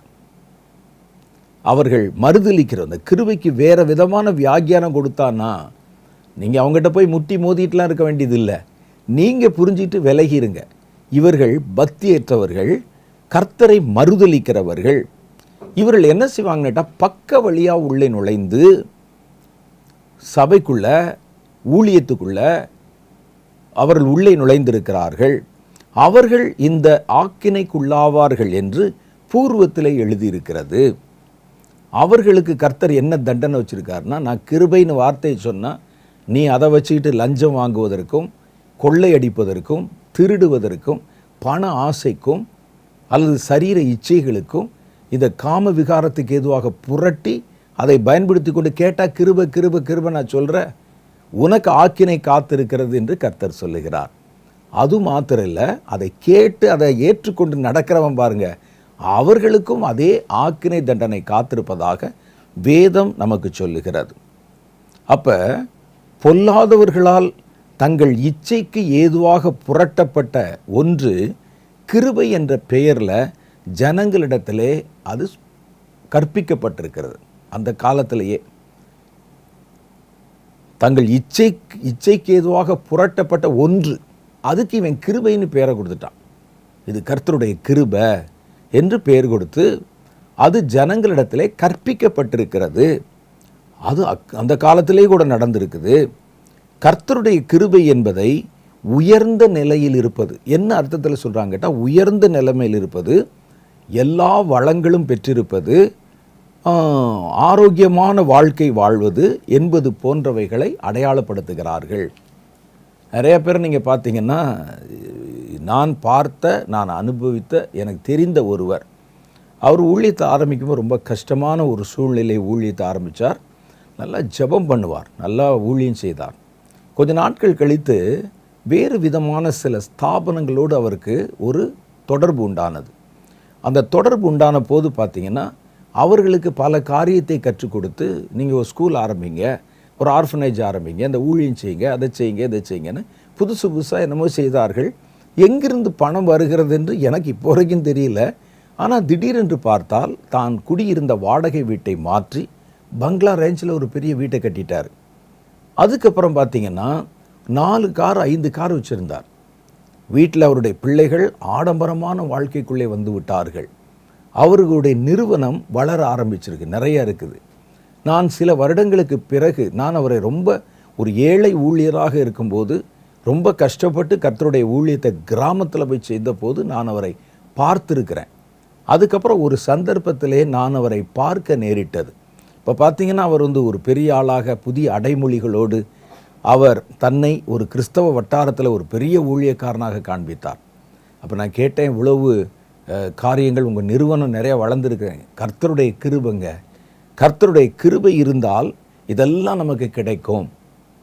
கர்த்தருடைய கிருபை. அவர் பிரசங்கத்திலே சொல்வார், நான் ஒரு காலத்தில் டீ குடிக்க வழி இல்லாமல் இருந்தேன், ஒரு காலத்தில் என் பிள்ளைகளுக்கு 3 நேரம் சாப்பாடு கொடுக்க முடியாமல் இருந்தேன், மாதம் முடிஞ்சால் வாடகை கொடுக்கறதுக்கு வழி இல்லாமல் இருந்தேன். இன்னைக்கு பாருங்கள், கர்த்தருடைய கிருபை பெருக பெருக பெருக பணம் பெருகி விட்டது அப்படின்னு சொல்கிறாங்க. கர்த்தருடைய கிருபை பெருக பெருக பெருக பணம்தான் பெருகும் என்றால், ஒரு பவுலுக்கும் பேதுருவுக்கும் ஏன் அந்த பணம் பெருகவில்லை? அப்போ இதுக்கும் கர்த்தருடைய கிருபை என்ற பெயரை பயன்படுத்துவதற்கும் சம்பந்தம் இல்லை. இவர் அது எந்த வழியிலே அவர் அதை சம்பாதிக்கிறார் என்றும் அரசல் புரசலாக சில செய்திகள் எனக்கு நல்லா தெரியும். அது ஒன்றும் உத்தமமான வழி அல்ல. அவருக்கு வரக்கூடிய பணம் வரக்கூடிய வழி என்பது உத்தமமான வழி அல்ல. அது எனக்கு 100% தெரியும். ஆனால் அவர் அதற்கு சொல்லுகிற வார்த்தை கர்த்தருடைய கிருபை. இன்னைக்கு பாருங்கள், எங்கள் வீட்டில் 10 கார் நிற்கிது, எங்கள் வீட்டில் மாடியிலே ஸ்விம்மிங் பூல் வச்சுருக்குறோம், எங்களுடைய எல்லை எவ்வளோ பெருசாக இருக்குது, பல இடத்துல எங்களுடைய ஊழிய நிறுவனங்கள் இருக்கிறது, பெரிய பெரிய ஊழியத்தை கர்த்தர் ஏற்படுத்தி கொடுத்தார். இப்போ எங்களுக்கு சபை இருக்குது, கட்டடம் இருக்குது, நிறுவனங்கள் இருக்குது, ஆர்ஃபனேஜ் இருக்குது, ஸ்கூல் இருக்குது, முதியோர் இல்லம் இருக்குது. இதெல்லாம் கர்த்தருடைய கிருபை அப்படின்னு அவர் இங்கே சொல்லுகிறதை பார்க்குறோம். கிருபை என்பதற்கு இன்றைக்கி நம்ம வச்சிருக்கக்கூடிய வியாக்கியானம், நம்ம உயர்த்தப்படுவது, செல்வ செழிப்புள்ளவர்களாக மாறுவது, பணமும் காசும் வசதியும் நமக்கு இருப்பது அப்படின்னு. இது உள்ளவங்க என்ன செய்வாங்கன்னு கேட்டால், ஊழியத்தில் அந்த அளவுக்கு வளராத மற்ற ஊழியர்களை பார்த்தா கர்த்தருடைய கிருபை இல்லாதவன் அல்லது சபிக்கப்பட்டவன் மாதிரி அவங்கள ட்ரீட் பண்ணுவாங்க. அப்போ சில தவறான மார்க்கங்களில் பணம் பெறுகிறவர்கள் அதை மறைப்பதற்கு பயன்படுத்துகிற வார்த்தை கிருபை. இது கிருபையினால் உண்டானது. கிருபையிலே பணம் வருமா, கிருபையிலே காசு வருமா, அதை பற்றி நம்ம அப்புறம் பார்ப்போம். அதில் நம்ம பார்த்தா தேவனுடைய கிருபை பரிபூர்ணமாய் தங்கியிருந்த கர்த்தருடைய சீஷர்கள் யாரும் பணக்காரலாய் மறிக்கவில்லை என்பது தான் ஆச்சரியம். அவர்களுடைய கிருபை ஜனங்களை ஆதாயப்படுத்துவதில் தான் பயன்படுத்தப்பட்டது. எனக்கு கொடுக்கப்பட்ட கிருபையினாலே நான் இந்த சுவிசேஷத்தினால் உங்களை கிறிஸ்துவுக்குள் பெற்றேன் என்று சொல்லுகிறார். அவங்களுக்குள்ளே இருந்து இயங்கின கிருபை ஜனங்களை விடுவிப்பதற்கும், ஜனங்களை ரட்சிப்பதற்கும், ஜனங்களுடைய பாவத்தை நிவர்த்தி செய்து கர்த்தருடைய மந்தையில் இணைப்பதற்கும் தான் பயன்படுத்தப்பட்டது. பாருங்கள், அந்த அப்போஸ்தலர்களை யாராவது ஒரு பெரிய ஐஸ்வர்யமாக, ஒரு பெரிய மாடமாக, ராஜாவை போல அப்படி இல்லை. அப்போ அவர்களுக்கெல்லாம் கிருபை இல்லாதவர்கள் என்று பொருளா? இல்லை. இப்போ நம்ம என்ன, கிருபைக்கு வேறொரு அர்த்தமும் ஒரு வியாக்கியானமும் கற்பிக்க ஆரம்பித்து விட்டோம். அதுதான் கிருபை என்று நம்புகிறோம். அப்போ இந்த பொய்யான கிருபையை பெற்றவர்களுடைய அடையாளங்கள் என்ன என்பதை குறித்து வேதம் நமக்கு சில காரியங்களை சொல்லுகிறது. பணம், காசு, ஐஸ்வர்யம், பதவி, புகழ் என்பது கிருபையினால் மாத்திரம் உண்டாவது அல்ல. அதை நம்ம விளங்கிக்கிறணும். வெளியே எவ்வளோ பேர் இருக்கிறாங்களே, பெரிய பெரிய வியாபாரிகள் இருக்கிறாங்க, தேசத்தில் உயர்ந்த நிலையில் இருக்கிறாங்க, அரசியல்வாதிகள் உயர்த்தப்பட்டு இருக்கிறாங்களே, அவங்களாம் கர்த்தருடைய கிருபையினாலே உயர்த்தப்பட்டாங்க. சரி, இப்போ பொய்யான கிருபை பெற்றவர்கள் எப்படி இருப்பாங்க? வேதம் சில அடையாளங்களை சொல்லுகிறது. அவர்களுடைய தங்களுடைய நிலைக்கு காரணம் கர்த்தருடைய கிருபை என்று சொல்லுகிறார்கள். கர்த்தருடைய கிருபை இதையெல்லாம் நமக்கு தரும் என்று பொய்யான ஒன்றை நமக்கு கற்பித்து அதை கிருபை என்று நம்ப சொல்லுகிறார்கள். அதனால் நம்ம ரொம்ப கவனமாக நடந்து கொள்ள வேண்டும். பொய்யான கிருபையாளர்கள், பொய்யான கிருபை பெற்றவங்க தாங்கள் செய்கிற காரியத்தை, நான் சொன்னேன் ஏற்கனவே, அவர் தப்பான வழியில் அரசாங்கத்தை ஏமாற்றி பல வழிகளில் நம்ம வெளியே சொல்ல முடியாத அந்த மாதிரி பல வழிகளில் அவருக்கு பணமும் காசும் சம்பாதனையும் உண்டாகிறது. ஆனால் அவருடைய சர்ச்சுக்குள்ளே நீங்கள் போய் பார்த்தீங்கன்னா விரல் விட்டு எண்ணக்கூடிய அளவுக்கு தான் ஆள் இருப்பாங்க. அப்படியே கூட்டம் இருந்தால் கூட அவர்கள் ரட்சிக்கப்பட்ட கூட்டமாக இருக்க மாட்டாங்க. வேறு சபைகளிலிருந்து வந்தவர்கள் அப்படியே ஆட்கள் தான் இருக்காங்க ஒழிய இவர் இறங்கி ஊழியம் செய்து யாரையும் சபைக்குள்ளே கொண்டு வந்த மாதிரியும் தெரியல. ஆனால் அவர் அதை தான் இருக்கக்கூடிய இந்த நிலைக்கு கிருபை என்ற வார்த்தையை அடையாளம் காட்டுகிறார். அப்போ இந்த பொய்யான கிருபை பெற்றவர்கள் அல்லது தங்களுடைய நிலைக்கு தாங்கள் உயர்த்தப்பட்டதற்கு கிருபைதான் காரணம் என்று சொல்லுகிறவர்கள், அவங்களுடைய வேறு அடையாளங்கள் எப்படி இருக்கும் அப்படின்னு கேட்டால், அவர்கள் எந்த ஒரு காரியத்தையும் கர்த்தருடைய காரியத்தையும் காம விகாரத்துக்கு ஏதுவாக புரட்டுவார்கள். தேவ பக்தியின் வேஷம் தரித்து காம விகாரத்துக்கு ஏதுவாக புரட்டுவாங்க. தங்களுடைய மாம்ச இச்சை இருக்குது பாருங்க, ஒரு வசனத்தை காமிச்சா அதை மாம்ச இச்சைக்கு ஏதுவாக புரட்டுவாங்க. ஒரு வசனம், ஒரு வார்த்தை, ஏதாவது ஒரு வசனம் இருந்தால் அதை உங்களுக்கு வேறு மாதிரி புரட்டி உங்கள்கிட்ட பணம் கலெக்ட் பண்ணுறதுக்கு அந்த வசனத்தை பயன்படுத்துவாங்க. நீங்கள் இதை மாதிரி இப்படி கொடுத்தீங்கன்னா பாருங்கள் உங்களுக்கு அது வரும் இது வரும்னு அந்த வசனத்துக்கு எதை பார்த்தாலும் தப்பான வியாக்கியானம் சொல்லி அவர்கள் தங்களுடைய ஆசையை நிறைவேற்றிக் கொள்வதற்கு தான் அதை பயன்படுத்துவார்கள். 2 தீமோத்தேயின் புஸ்தகம் 3வது அதிகாரம் 5, 6, 7 ஆகிய வசனங்களில் போலியான கிருபை பெற்றவர்களின் அடையாளம் சொல்லப்பட்டிருக்கு. என்ன சொல்லுதுன்னா, இவர்கள் தேவ பக்தியின் வேஷத்தை தரித்து, ஆண்டவர் சொன்னாரே, வெளியிடங்களிலிருந்து உங்களுடைய பட்டைகளை அகலமாக்கி கொண்டு உங்களுடைய வஸ்திர தொங்கல்களை பெருசாக்கி கொண்டு உங்களை ரபி என்று அழைக்கப்பட விரும்பாதிருங்கள் அப்படின்னு ஆண்டவர் சொன்னாரே. இன்னைக்கு பாருங்கள், நிறையா ஒரு வினோதமான வஸ்திரங்களை தரித்து தங்களை மேய்ப்பர்களைப் போல காண்பித்து பக்தியின் வேஷம் தரித்து அதன் பலனை மறுதலிக்கிறவர்கள் திடீர்னு வந்துடுவாங்க. அவர்கள் காட்டுகிற பக்தி வினயம், ஜெபம் எல்லாமே நடிப்பு தான். வேஷம் தரித்தனா, வேஷம் எதுக்கு தரிக்கிறாங்க?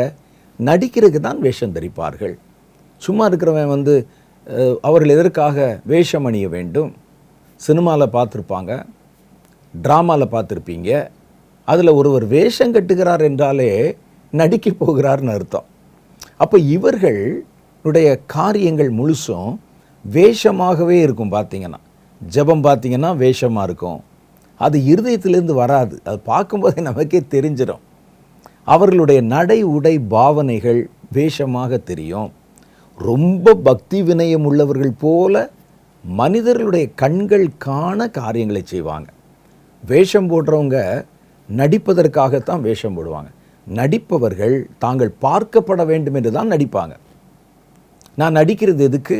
மற்றவங்க பார்க்கறதுக்காகத்தானே. அல்லது நானே வீட்டுக்குள்ளே நடித்துக்கொள்ள போகிறேனா? அதனால் என்ன பிரயோஜனம் இருக்கிறது? அப்போ நடிக்கணும், வேஷம் போடணும்னு சொன்னால் நடிக்க போகிறான்னு அர்த்தம். நடிக்கிறான் என்றால் மக்கள் பார்வைக்காக அவர்கள் வேலை செய்கிறார்கள் என்று அர்த்தம். இது தேவனுடைய பார்வைக்கு அல்ல, தேவனை திருப்திப்படுத்த அல்ல. அவர்கள் செய்கிற ஊழியம் முழுசும் மனுஷனை திருப்திப்படுத்த. சிலர் பார்த்தீங்கன்னா தங்களை ரொம்ப தாழ்மையாக இருக்கிற மாதிரி காட்டுவாங்க. சிலரை பார்த்தீங்கன்னா தங்களுடைய வஸ்திரத்தில் முக்கியத்துவம் கொடுப்பாங்க. அது எப்படி வேண்டுமானாலும் இருக்கலாம். ஆனால் நம்ம அணிகிற வஸ்திரம் வேஷத்துக்காகலாம் இருக்கக்கூடாது. அது இயற்கையாக இருக்கட்டுமே, இயல்பாக இருக்கட்டுமே. அதை தரித்து ஆண்டவரே அதை சொல்லி இருக்கிறார். உங்களுடைய இடுப்பு பட்டைகளை பெருசாக்கி உங்களுடைய வஸ்திர தொங்கலை பெரிதாக்கி வீதிகளில் நின்று நீங்கள் ஜெபம் பண்ணி ஜனங்கள் உங்களை ரபி என்று அழைக்கப்பட வேண்டும் என்று விரும்புகிறீர்கள். சில ஆட்களுடைய பேச்சு, அவர்கள் செய்கிற ஊழியம், அதில் எல்லாவற்றிலும் பார்த்தீங்கன்னா ஒரு வேஷத்தன்மை இருக்கும், ஒரு ட்ராமா மாதிரி இருக்கும். அவங்கள பார்க்கும்போதே அவர்களுடைய பேச்சு செயற்கையாக இருக்கும், ஊழியம் செயற்கையாக இருக்கும், ஜெபம் செயற்கையாக இருக்கும். நம்மகிட்ட பேசும்போது கூட பார்த்திங்கன்னா ட்ராமாவில் பேசுகிற மாதிரி பேசுவாங்க. அப்போ இதெல்லாம் எதற்கு அப்படின்னு கேட்டிங்கன்னா பக்தியின் வேஷம் தரிப்பாங்க. ஆனால் எல்லாரையும் நான் சொல்லலை, அப்படி வேஷம் தரித்து உள்ளுக்குள்ளே வேற மாதிரி இருப்பாங்க. அதோடைய பலனை மறுதலிப்பார்கள். அப்போ இந்த வேஷம் போடுகிறவர்கள் நடிப்பதற்குத்தான் வேஷம் போடுவாங்க. ஒருவனுடைய கிரியைகள், ஒருவனுடைய காரியங்கள் வேஷமாக தோன்றினால் அவன் நடிக்க போகிறான்னு அர்த்தம். நடிக்கிறவன் ஜனங்களுடைய பார்வைக்காகத்தான் நடிப்பான். அப்போ இவர்களுடைய ஊழியம், ஓட்டம், நடை, ஜெபம் இதெல்லாமே மனுஷர் பார்க்க வேண்டுமென்று, மனுஷர் காண வேண்டுமென்று அவர்கள் ஜெபம் பண்ணுறது, உபவாசம் பண்ணுறதை பற்றியெல்லாம் இயேசு கண்டித்து பேசியிருக்கிறார். தேவ பக்தியின் வேஷத்தை தரித்து அதன் பலனை மறுதலிக்கிறவங்களாக இருப்பாங்க. உள்ளுக்குள்ளே அப்படி இருக்க மாட்டான். உள்ளுக்குள்ளே உண்மையாக ஜெபம் பண்ண மாட்டாங்க, ஒரு கர்த்தரிடத்தில் உபவாசம் பண்ண மாட்டாங்க, தேவனை தேட மாட்டாங்க. வெளியே நாடகம் மாதிரி வந்து நடிக்க வந்து விடுவார்கள். இப்படிப்பட்டவர்களை விட்டு நீ விலகு, அவங்கள நீங்கள் உங்களை மாற்றிக்கங்கன்னு சொல்லி அவன்கிட்ட போய் மோதி புத்தி சொல்ல சொன்னால் அவன் அதை ஒத்துக்கொள்ள மாட்டான். இவர் என்ன சொல்கிறான்னா, அவன் அப்படி தான் இருப்பான். இந்த வார்த்தையை கேட்குற நீங்கள் விசுவாசிகள் இப்படி ஒரு ஆளை பார்த்துட்டா, வேஷம் போடுறவன், கிருபையை காம விகாரத்துக்கு ஏதுவாக புரட்டுகிறவன் என்று கண்டுவிட்டால் அவனை விட்டு விலகி இருங்க. அடுத்த வசனம் சொல்லுது பாருங்க, இவர்கள் பாவத்தால் நிறைந்து பற்பல இச்சைகளால் இழுப்புண்டு எப்போது கற்றாலும் ஒருபோதும் சத்தியத்தை அறிந்து உணராதவர்களாய் இருக்கிற பெண் பிள்ளைகளுடைய வீடுகளில் இப்படிப்பட்டவர்கள் நுழைந்து அவர்களை வசப்படுத்தி கொள்ளுகிறார்கள். அவர்களுடைய டார்கெட்டு பெண்ணோ ஆணோ, அவங்க டார்கெட் யாருன்னு கேட்டால், கர்த்தருடைய வசனத்தை சத்தியத்தை கற்றாலும் அதை உணராமல் இருப்பாங்க. பாருங்க, பைபிள் கையில் இருக்கும், ஆனால் அதுக்கு அர்த்தம் தெரியாது. கர்த்தருடைய வேதத்தை சத்தியத்தை எவ்வளவு கேட்டாலும் அதை குறித்து உணர்ந்து கொள்ள முடியாத அந்த ஆவிக்குரிய ஞானத்தில் குறைவுபட்டவங்க இருக்காங்கல்ல, அவர்களுடைய வீடுகளுக்குள் புகுந்து இவர்கள் இந்த கிருபை போன்ற உபதேசங்கள் அது இப்படி அது இப்படின்னு சொல்லி பேசி அவர்களை தங்கள் வசப்படுத்தி கொள்வார்கள். இதில் போட்டிருக்க அந்த காலத்தில் அவர்கள் எப்போது கற்றாலும் ஒருபோதும் உணராத பெண் பிள்ளைகள் இருக்கிற வீட்டில் உள்ள நுழைஞ்சு அவர்களை இவர்கள் தங்கள் கட்டுப்பாட்டுக்குள்ளே கொண்டு வந்துடுவாங்க. ஆனால் என்னை பொறுத்தவரை கேட்டால் பெண் ஆண் என்று வித்தியாசமெல்லாம் இல்லை, யாரையும் தங்கள் கைப்பட வசப்படுத்தி வைத்து கொள்ளணும் அப்படிங்கிறதுல அவங்க தீவிரமாக வேலை செய்வாங்க. எப்போது கற்றாலும் ஒருபோதும் உணராதவர்கள் பெண்களில் மாத்திரம்தான் இருக்காங்களா? ஆண்களில் இல்லையா? நிறைய பேர் இருக்கிறாங்க.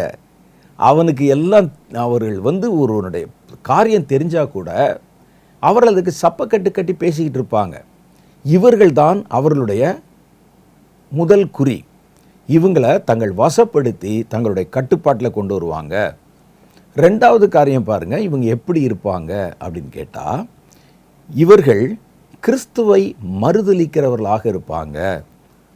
தீத்துவின் புஸ்தகம் 1வது அதிகாரம் 15, 16, 11வது வசனத்தை நம்ம அப்புறம் வாசிப்போம். 15வது வசனம், தீத்துவின் புஸ்தகம் 1வது அதிகாரம் 15. சுத்தம் உள்ளவர்களுக்கு சகலமும் சுத்தமாயிருக்கும், அசுத்தம் உள்ளவர்களுக்கும் அவிசுவாசிகளுக்கும் ஒன்றும் சுத்தமாயிராது. அவர்களுடைய புத்தியும் மனசாட்சியும் அசுத்தமாயிருக்கும். இவர்களுடைய புத்தி அசுத்தத்தினாலே நிறைந்திருக்கும். இவன் என்ன செய்வான் தெரியுமா? யாரை பார்த்தாலும் அவனிடத்தில் இவன் சுத்தம் இல்லை, இவன் பாவி அப்படின்னு சொல்லி மற்றவர்களை குறைத்து பேசுவதன் மூலம் தங்களை நிலைநிறுத்த முயற்சி பண்ணுவாங்க.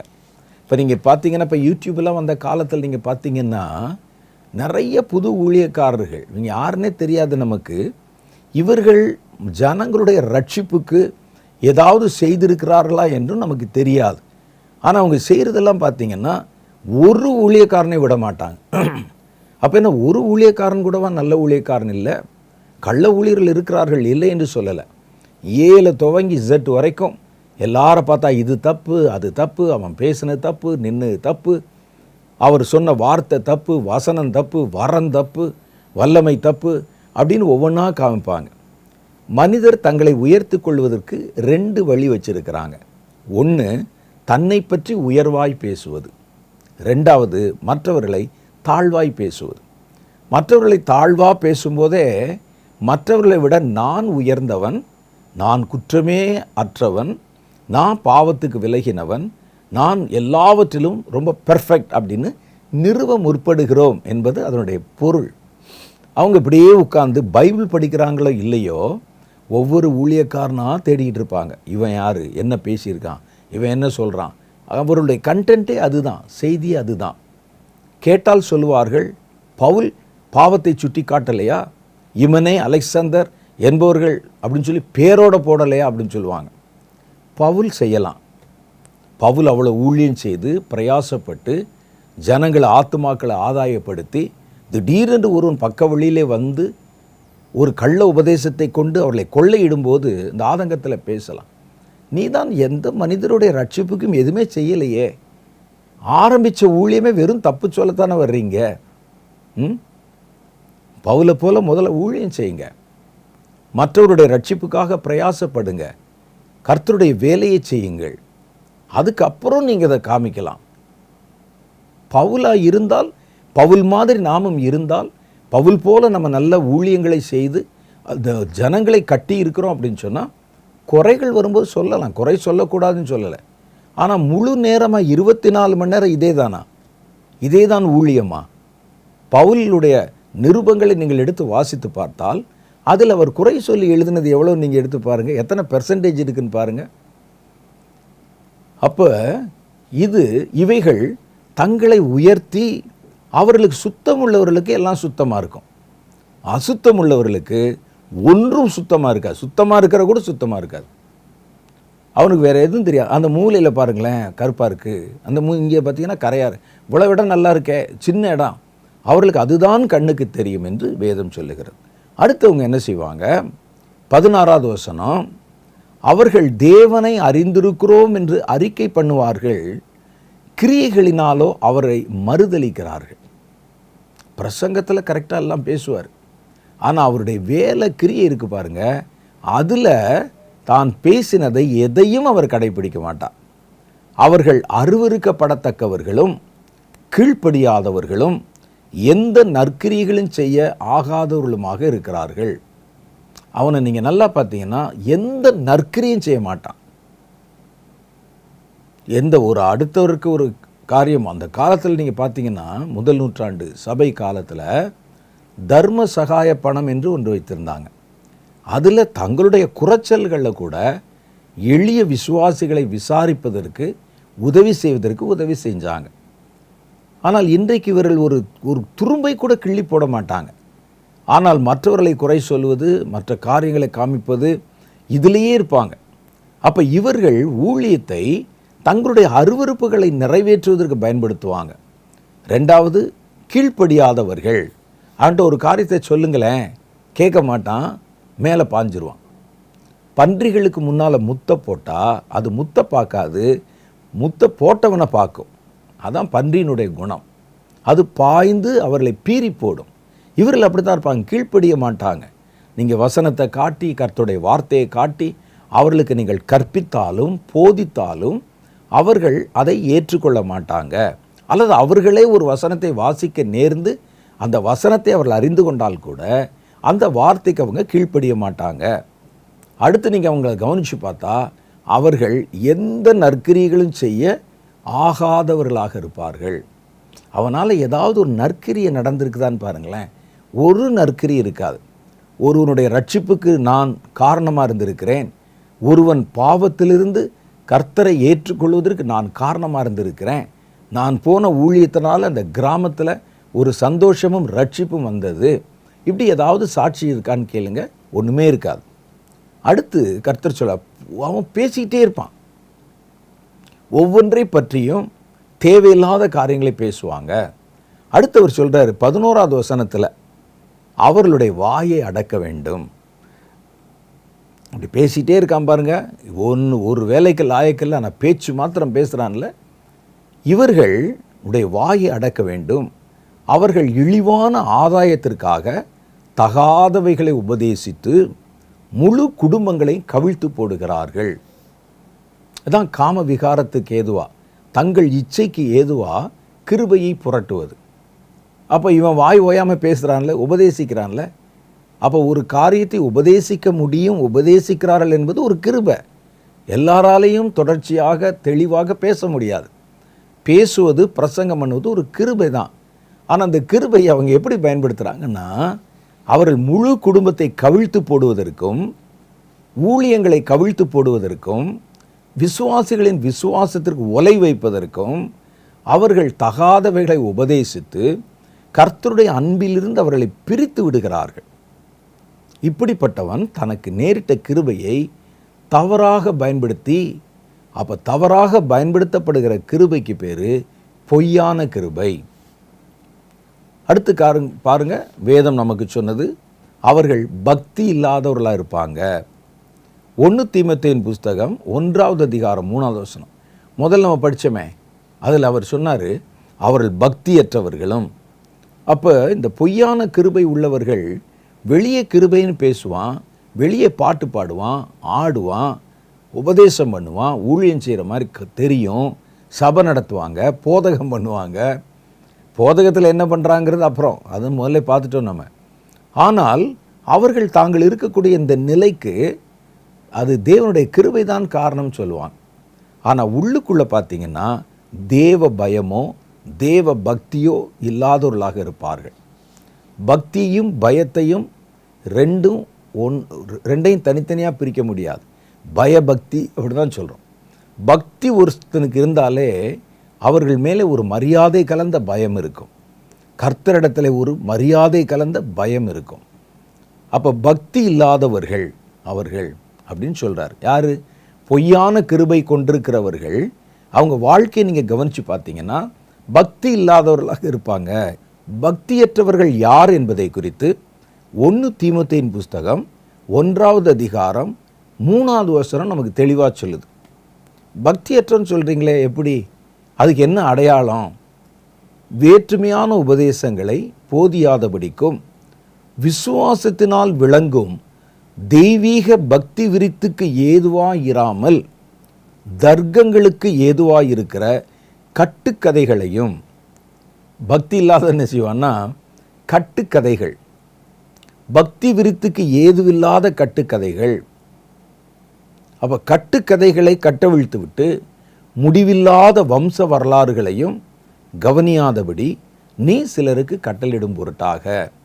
பக்தியற்றவன் எப்படி இருப்பான் அப்படின்னு கேட்டால், ஒரு தரிசனம் சொன்னால் கட்டுக்கதை, தன்னுடைய அனுபவத்தை சொன்னால் கட்டுக்கதை, அவர்களுடைய காரியங்கள் முழுவதும் கட்டுக்கதைகளால் கட்டமைக்கப்பட்ட ஊழியங்கள். அப்படி நடந்துச்சு இப்படி நடந்துச்சு விசாரித்து பார்த்தா இருக்காது அப்படி. அப்போ கட்டுக்கதைகள் மூலம் அப்போ அவனுக்கு ஒரு பயம் இருக்கணும். ஆண்டவர் பார்க்குறாரே, நம்ம துணிகரமாக பேசுகிறோமே, அவருடைய வாயை அடக்க வேண்டும் என்று சொல்லியிருக்க. இவர்கள் துணிகரமாய் தாங்கள் அறியாத மகத்துவத்தை தூஷிப்பார்கள். புதுசாக இவங்களே பல கதைகளை கட்டுவார்கள். 1 தீமோத்தேயுவின் புஸ்தகம் 4:7 என்ன சொல்லுதுன்னா, சீர்கேடும் கிளவி பேச்சுமாயிருக்கிற கட்டுக்கதைகளுக்கு விலகி தேவ பக்திக்கு ஏதுவாக முயற்சி பண்ணு. அப்போ தேவ பக்தி இல்லாதவர்களுடைய நிலைமை என்னென்னா, கட்டுக்கதைகள், அவர்களாக பிணைத்த காரியங்கள். சாட்சிகளில் கூட எவ்வளோ இருக்குது நான் பார்த்துருக்கிறேன். நிறையா நல்லா சாட்சி சொல்லுவாங்க. மேடையில் ஏறி ஒரு கூட்டம் முடிஞ்சிச்சுன்னா சாட்சி சொல்லுவாங்க. சாட்சி சொல்லி எனக்கு இப்படி நடந்து அப்படி நடந்தது. அதே சில நபர்களை, பிரபலமான பெரிய சாட்சி சொன்னவங்களை சில காலங்களுக்கு பிறகு நான் நேரடியாக சந்திக்க நேரிட்டிருக்கிறேன். அந்த பழைய நிலைமையில் அப்படியே தான் இருப்பாங்க. ஆனால் அவர்கள் உணர்ச்சி வசப்பட்டோ அல்லது நம்ம எல்லாரும் கவனிக்க வேண்டும் என்பதற்காகவோ சாட்சியில் கூட கட்டுக்கதையை சொல்லுவாங்க. தங்களுக்கு தெரியாத காரியங்களை கட்டமைப்பார்கள். தரிசனத்தில் கேட்கவே வேண்டாம். அது நடந்தது, இது நடந்தது, பரலோகத்தில் என்னை கேட்காம எதுவும் செய்ய மாட்டாங்க, பரலோகத்தில் நான் தான் முக்கியமான ஆள், இயேசுக்கு ஒரு சந்தேகம் வந்தால் என்கிட்ட தான் வந்து கேட்பார் என்று எத்தனை கட்டுக்கதைகள். அப்போ இந்த கட்டுக்கதைகளை செய்கிறவர்கள் நம்ம இதெல்லாம் துணிகரமாக பேசுகிறோமே, அதை குறித்து நாளைக்கு நியாய தீர்ப்பில் கர்த்தர் விசாரித்தால் அல்லது இதன் மூலம் கர்த்தரிடத்தில் பதில் சொல்லணுமே என்கிற அந்த பயம் உணர்ச்சி கொஞ்சம் கூட இருக்காது. இது அவருடைய அடையாளம் என்று வேதம் சொல்லுது. எல்லாத்துலேயும் ஒரு பொய் கலந்து, சாட்சியில் பொய், தரிசனத்தில் பொய், ஊழியத்தில் பொய், அவருடைய அனுபவங்களை சொல்வதில் பொய், இதெல்லாம் கலந்து பேசுகிறாங்கல்ல, இவர்கள் யார் அப்படின்னு கேட்டால் பொய்யான கிருபை உடையவர்கள், தேவ பக்தியற்றவர்கள். அடுத்து இவங்க என்ன செய்வாங்க, இந்த கிருபை கிருபை கிருபைன்னு சொல்கிறாங்களே, இவன் கிருபையை மையப்படுத்துகிற மாதிரி தெரியும், ஆனால் அவர்கள் மையப்படுத்துகிற கிருபை வேதம் சொல்லுகிற உண்மையான கிருபை அல்ல. இவர்கள் செய்கிற அடுத்த காரியம் தேவனுக்கு பிரியமில்லாத ஆராதனை செய்வான். அதான் பக்தி இல்லாதவர்கள் தேவனுக்கு பிரியமில்லை ஆராதனை தான் அது. ஆனால் நீங்கள் கொஞ்சம் வெளியிருந்து கவனித்து பாருங்கள், நீங்கள் அறிந்திருக்கிற கர்த்தருக்கும் கர்த்தருடைய சுபாவத்திற்கும் இங்கே அவருடைய பெயரால் செய்யப்படுகிற ஆராதனைக்கும் ஏதாவது சம்பந்தம் இருக்கிறதா? நான் அப்படி தான் பார்ப்பேன்.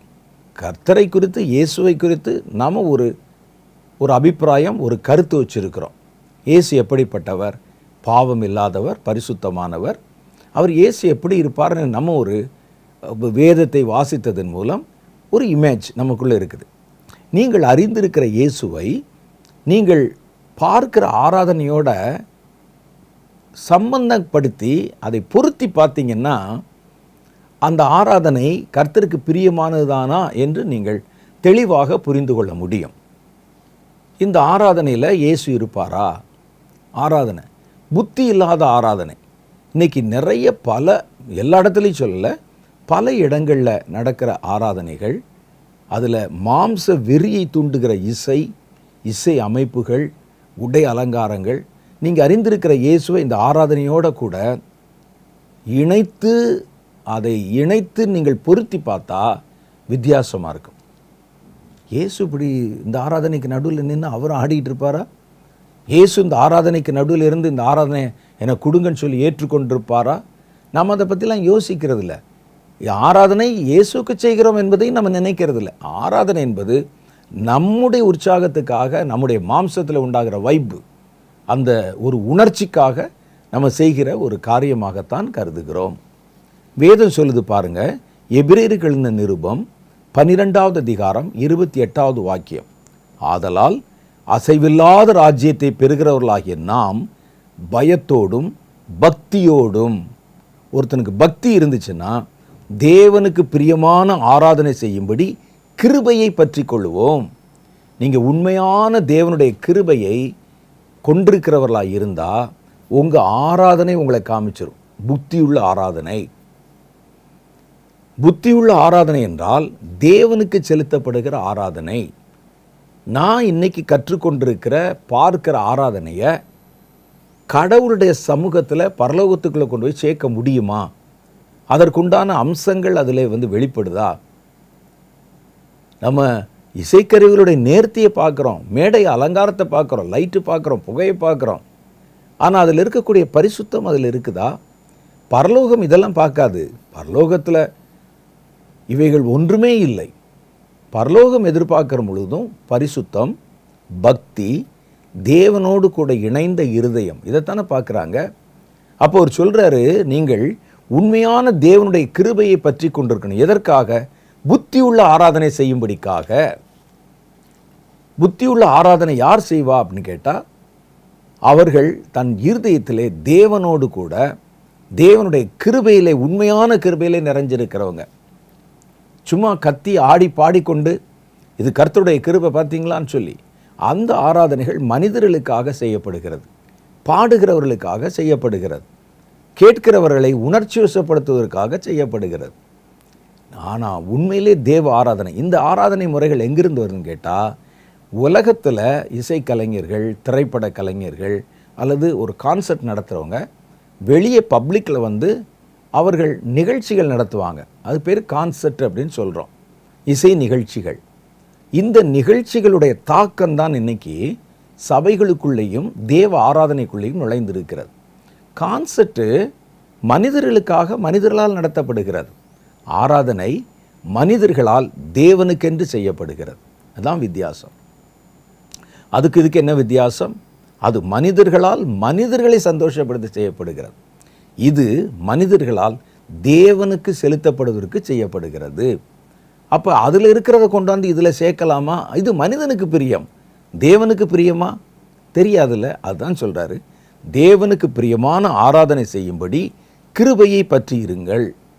நம்முடைய தேவன் பட்சிக்கிற அக்னியாய் இருக்கிறாரே என்று வேதம் சொல்லுது. அப்போ ஒரு பொய்யான கிருபை பெற்றவர்கள் எப்படிலாம் இருக்கிறாங்க பாருங்க. கர்த்தருடைய கிருபை, கர்த்தருடைய வசனத்தை, வார்த்தையை, அபிஷேகத்தை, வரத்தை, அவர்கள் பெற்றிருக்கிற ஸ்தானத்தை அவர்கள் தங்களுக்கும் தங்களுடைய இச்சையை நிறைவேற்றுவதற்கும் தங்களை உயர்த்தி கொள்வதற்கும் அந்த கிருபையை பயன்படுத்தினால் அது உண்மையான கிருபை அல்ல, பொய்யான கிருபை. அப்போ கர்த்தருடைய கிருபை, உண்மையான கிருபை நமக்குள்ளே இல்லாததுனால இவர்கள் கிருபை என்ற வார்த்தையை பயன்படுத்தி கிருபை போன்ற வேறொன்றை கற்பித்து, பார்த்தீங்களா, கிருபை அப்படின்னு அதை காமிச்சு அதன் மூலம் ஜனங்களை கொள்ளையிடுவது, தங்களுடைய இச்சைகளை நிறைவேற்றிக் கொள்வது, காம விகாரத்துக்கு எதுவாக கர்த்தருடைய கிருபையை புரட்டுவது, இதெல்லாம் பொய்யான கிருபை என்று வேதம் சொல்லுது. பொய்யான கிருபைன்னு சொன்னால் மெய்யான கிருபை என்னன்னு நமக்கு தெரியணும்ல. அதை பற்றி கொஞ்ச நேரம் சில காரியங்களை மாத்திரம் பார்த்துட்டு நம்ம நிகழ்ச்சி நிறைவு செய்வோம். இதில் பாருங்கள், மெய்யான கிருபையின் அடையாளம் என்ன? பொய்யான கிருபை நம்ம பார்த்துட்டோம். மெய்யான கிருபை என்ன? மெய்யான கிருபையை பெற்றவர்கள், இவன் உண்மையிலே கர்த்தருடைய கிருபை பெற்றவன் சொன்னால் அவர் சொல்கிறாரே, நீங்கள் பெற்றது பொய்யான கிருபை இல்லை, நான் உங்களுக்கு எழுதி கொடுக்குறேன் சாட்சி. எதை வச்சு சாட்சி சொல்கிறீங்க? பேர் சொன்னாரே, நீங்கள் பெற்றிருப்பது மெய்யான கிருபை தான் அப்படின்னு சொன்னாரே. எதை வச்சு சொன்னார்? இதை வச்சு தான். பாருங்கள், மெய்யான கிருபையை பெற்றவர்கள் சத்தியத்திலும் அன்பிலும் நடக்கிறவர்களாக இருப்பாங்க. அதுதான் கிருபை. ஒரு ஒரு ஒரு தேவன் எதிர்பார்க்கிற அன்பை வெளிப்படுத்தி வாழ்வது கர்த்தருடைய கிருபை இல்லாமல் சாத்தியம் இல்லை. ஒரு ஜனங்கள் மேல் அன்பு இருக்குது, அழிகிற ஆத்துமாக்கள் மேல் அன்பு இருக்குது, பகைவன் மேல் அன்பு இருக்குது அப்படின்னா இது மனுஷ இயல்பிலே வருகிறது அல்ல. தேவனுடைய கிருபை இருந்தால் தான் அவர்கள் இந்த மாதிரி தேவ அன்பை வெளிப்படுத்த முடியும். இயற்கையிலே மனிதனுக்குள்ளே சத்தியம் கிடையாது. இயற்கையிலே மனிதனுக்குள்ளே சாதாரண மாம்சீக அன்பு இருக்கொழிய தெய்வீக அன்பு கிடையாது.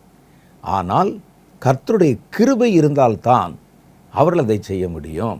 ஸ்தேவான் மேலே கல்லறியும் போது, பிதாவே இவர்களுக்கு மன்னியும், தாங்கள் செய்கிறது இன்னதென்று அறியாதிருக்கிறாங்க, அவருடைய பாவத்தை அவருடைய தலையிலே சுமத்தாதிரும் என்று ஜெபிக்க முடிஞ்சதுன்னா கல்லை விட்டு அடிக்கிற மேலே கோபம் தானங்க வரணும்.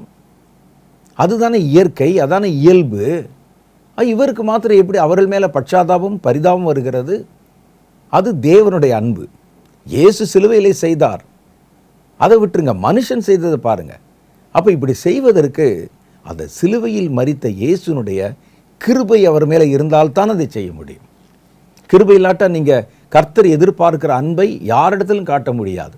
ஒரு ஏழை, எளியவன், திக்கற்றவன், வழி இல்லாதவன் அவனுடைய வலியை புரிந்து கொள்கிறார்களே, அப்போ எப்படி புரிஞ்சுக்கிறாங்க? ஏன் அது எல்லாருக்கும் வருவதில்லை?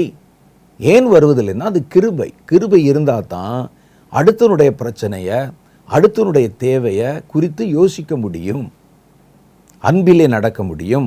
2 யோவானுடைய புஸ்தகம் 1வது அதிகாரம் 2வது வசனத்தில் சொல்கிறார், பிதாவாகிய தேவனாலும் பிதாவின் குமாரனாய் இருக்கிற கர்த்தராகிய இயேசு கிறிஸ்துவினாலும் கிருபையும் இரக்கமும் சமாதானமும் சத்தியத்தோடும் அன்போடும் கூட, கிருபையானது சத்தியத்தோடும் அன்போடும் உங்களுக்குள்ளே நிலைத்திருப்பதாக. வெறும் கிருபை என்பது சும்மா கிருபை கிருபை நிற்கிறது இல்லை. அந்த கிருபை உங்களுக்குள்ளே இருந்தால் அது சத்தியத்தோடும் அன்போடும் கூட இணைந்து நிறைந்திருக்கும். அது பேர் தான் கிருபை. சத்தியத்தில் நடக்கிறாரே ஒருவர், உண்மையாக நடக்கிறாரே, அவருக்கு இவ்வளோ பிரச்சனை வந்தாலும், ஒரு யோசேப்பு அவருக்கு பிரச்சனை வந்தால் கூட அவர் சத்தியத்திற்கு என்று சாட்சியாக நின்றாரே, இன்றைக்கி நிறையா பேர் இப்படி நிற்கிறாங்களே, அதனால் எவ்வளோ பிரச்சனையை சந்திக்கிறாங்க. உண்மையாக நடக்க முயற்சி பண்ணும்போது இவ்வளோ வரும் தெரிஞ்சும் ஏன் உண்மையாக இருக்கிறாங்க? எப்படி முடியுது? அது பேர் தான் கிருபை. உங்களை சத்தியத்துக்கு சாட்சியாக நிற்க வைக்கும். உங்களை அன்பை வெளிப்படுத்தும்படி அது உங்களுடைய இருதயத்தை தூண்டும். அது பேர் தான் கிருபை. நம்ம சொல்கிறோமே, பாட்டு பாடுறாரு நல்ல கிருபை, பிரசங்கம் பண்ணுறார் நல்ல கிருபை, இதெல்லாம் ஒரு டேலண்ட்டு. கிருபை என்பது பாருங்கள், தேவனுடைய கிருபை நமக்குள்ளே இருந்தால் சத்தியத்தை விட்டு வழி விலகாதிருக்கும்படி உங்களை காத்துக்கொள்ளும், உங்களை அன்புள்ளவர்களாக மாற்றும். இயற்கையிலே நான் அன்புள்ளவன் அல்ல, நீங்கள் அன்புள்ளவர்கள் அல்ல, மனிதர்கள் யாரும் அன்புள்ளவர்கள் அல்ல. ஒரு மிருகம் எப்படி தன் பிள்ளைகளிடத்தில் அன்பாக இருக்கோ அது மாதிரி குடும்பத்தின் மேலே அன்பாக இருப்பாங்க, அவ்வளோதான். தெய்வீக அன்பு என்பது வேற, அறியப்படாத ஒரு இடத்துல அன்பு. எங்கேயோ அழிந்து போகிற மனிதர்களுக்காக எங்கேயே ஜெபம் பண்ணுறான். அடுத்து சத்துருக்கள் மேலே அன்பு. இதெல்லாம் எப்படி சாத்தியமாகுது? அது பேர் தான் கிருபை. அடுத்து பாருங்கள், சத்தியத்தில் நடக்காதவர்களும் அன்பில்லாதவர்களும் எத்தனை உயர்வில் நான் கர்த்தர் எனக்கு பெரிய ஆஸ்தியை கொடுத்திருக்கிறார் கிருபை, அந்தஸ்தை கொடுத்திருக்கிறார் கிருபை, கார் பங்களா கொடுத்திருக்கிறார் கிருபை. ஆனால் நீ சத்தியத்தில் நடக்கிறியா? சத்தியத்தை விட்டுட்டாமே. அன்பு கூறுகிறாயா? இல்லை, அதை விட்டுட்டோமே. அப்போ நீங்கள் கிருபை என்று வேறொன்றை காட்டுகிறீர்கள். கிருபை என்று வேதம் ஒன்றை காட்டுகிறது, நீங்கள் வேறொன்றை காட்டுகிறீர்கள். கட்டின வீட்டை காட்டுறீங்க, நீங்கள் பயணம் செய்கிற விலை உயர்ந்த காரை காட்டுறீங்க, நீங்கள் அணிந்திருக்கிற விலை உயர்ந்த வஸ்திரத்தை காட்டுறீங்க, உங்களுடைய வங்கி கணக்கை காட்டுகிறீர்கள். ஆனால் வேதம் கிருபைக்கு அடையாளமாக சத்தியத்தையும் அன்பையும் தானே காட்டுது. கார் வச்சுங்க, பணம் வச்சுருங்க, ஆனால் சத்தியத்தில் உங்களால் நடக்க முடியுதான்னு பாருங்கள். வேதம் அதை சொல்லுகிறது. அடுத்து, கிருபையின் அடையாளம் இயேசுவை அறிந்திருப்பது. அதுதான் உண்மையான கிருபை. கிறிஸ்துவை அறிகிற அறிவினால் உண்டாவது தான் மெய்யான கிருபை என்று வேதம் சொல்லுது. 2 பேதுருவின் புஸ்தகம் 1:2, தேவனையும் நம்முடைய கர்த்தராகிய இயேசுவையும் அறிகிற அறிவினால் உங்களுக்கு கிருபையும் சமாதானம் உண்டாவதாக. அப்போ உண்மையான கிருபை எதனால் வரும் தெரியுமா? இயேசுவை அறிகிற அறிவினால தான் அந்த கிருபை வரணும்.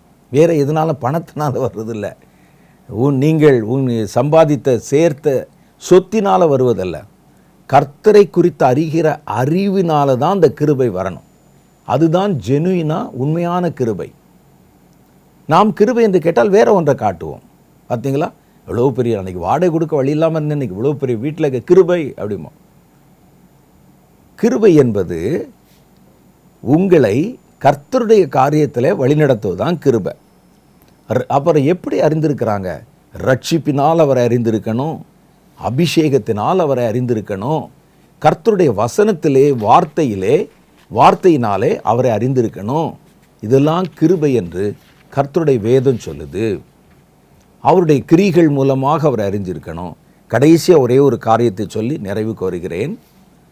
கிருபை, உண்மையான கிருபை பெற்றவர்களுக்கு ஒரு அடையாளம் இருக்குது. தாழ்மை உள்ளவர்களாக இருப்பாங்க.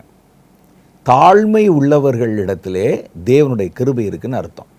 ஏன்னா வேதம் அதை ஒரு நியதியாகவே சொல்லுகிறது. 1 பேதுருவின் புஸ்தகம் 5வது அதிகாரம் 5வது வசனம், அந்தப்படி இளைஞரே மூப்பருக்கு கீழ்ப்படியுங்கள், நீங்கள் எல்லோரும் ஒருவருக்கு ஒருவர் கீழ்ப்படிந்து மனத்தாழ்மையை அணிந்து கொள்ளுங்கள். அடுத்து இதுதான் முக்கியம். பெருமை உள்ளவர்களுக்கு தேவன் எதிர்த்து நிற்கிறார், தாழ்மை உள்ளவர்களுக்கோ கிருபை அளிக்கிறார். ஒருத்தன்ட்ட இருக்கிற கிருபை தேவனால் உண்டான உண்மையான கிருபை என்றால் அவன் தாழ்மையாக தான் இருக்கணும். அவர் தாழ்மையாக இல்லை, ஆனால் கிருபையாக இருக்கிறாரு, அவருக்கு பணம், பங்களா, காசு, பணம் எல்லாம் இருக்குது அப்படின்னு சொன்னால் அது தேவனால் உண்டானதல்ல, அது கிருபையும் அல்ல.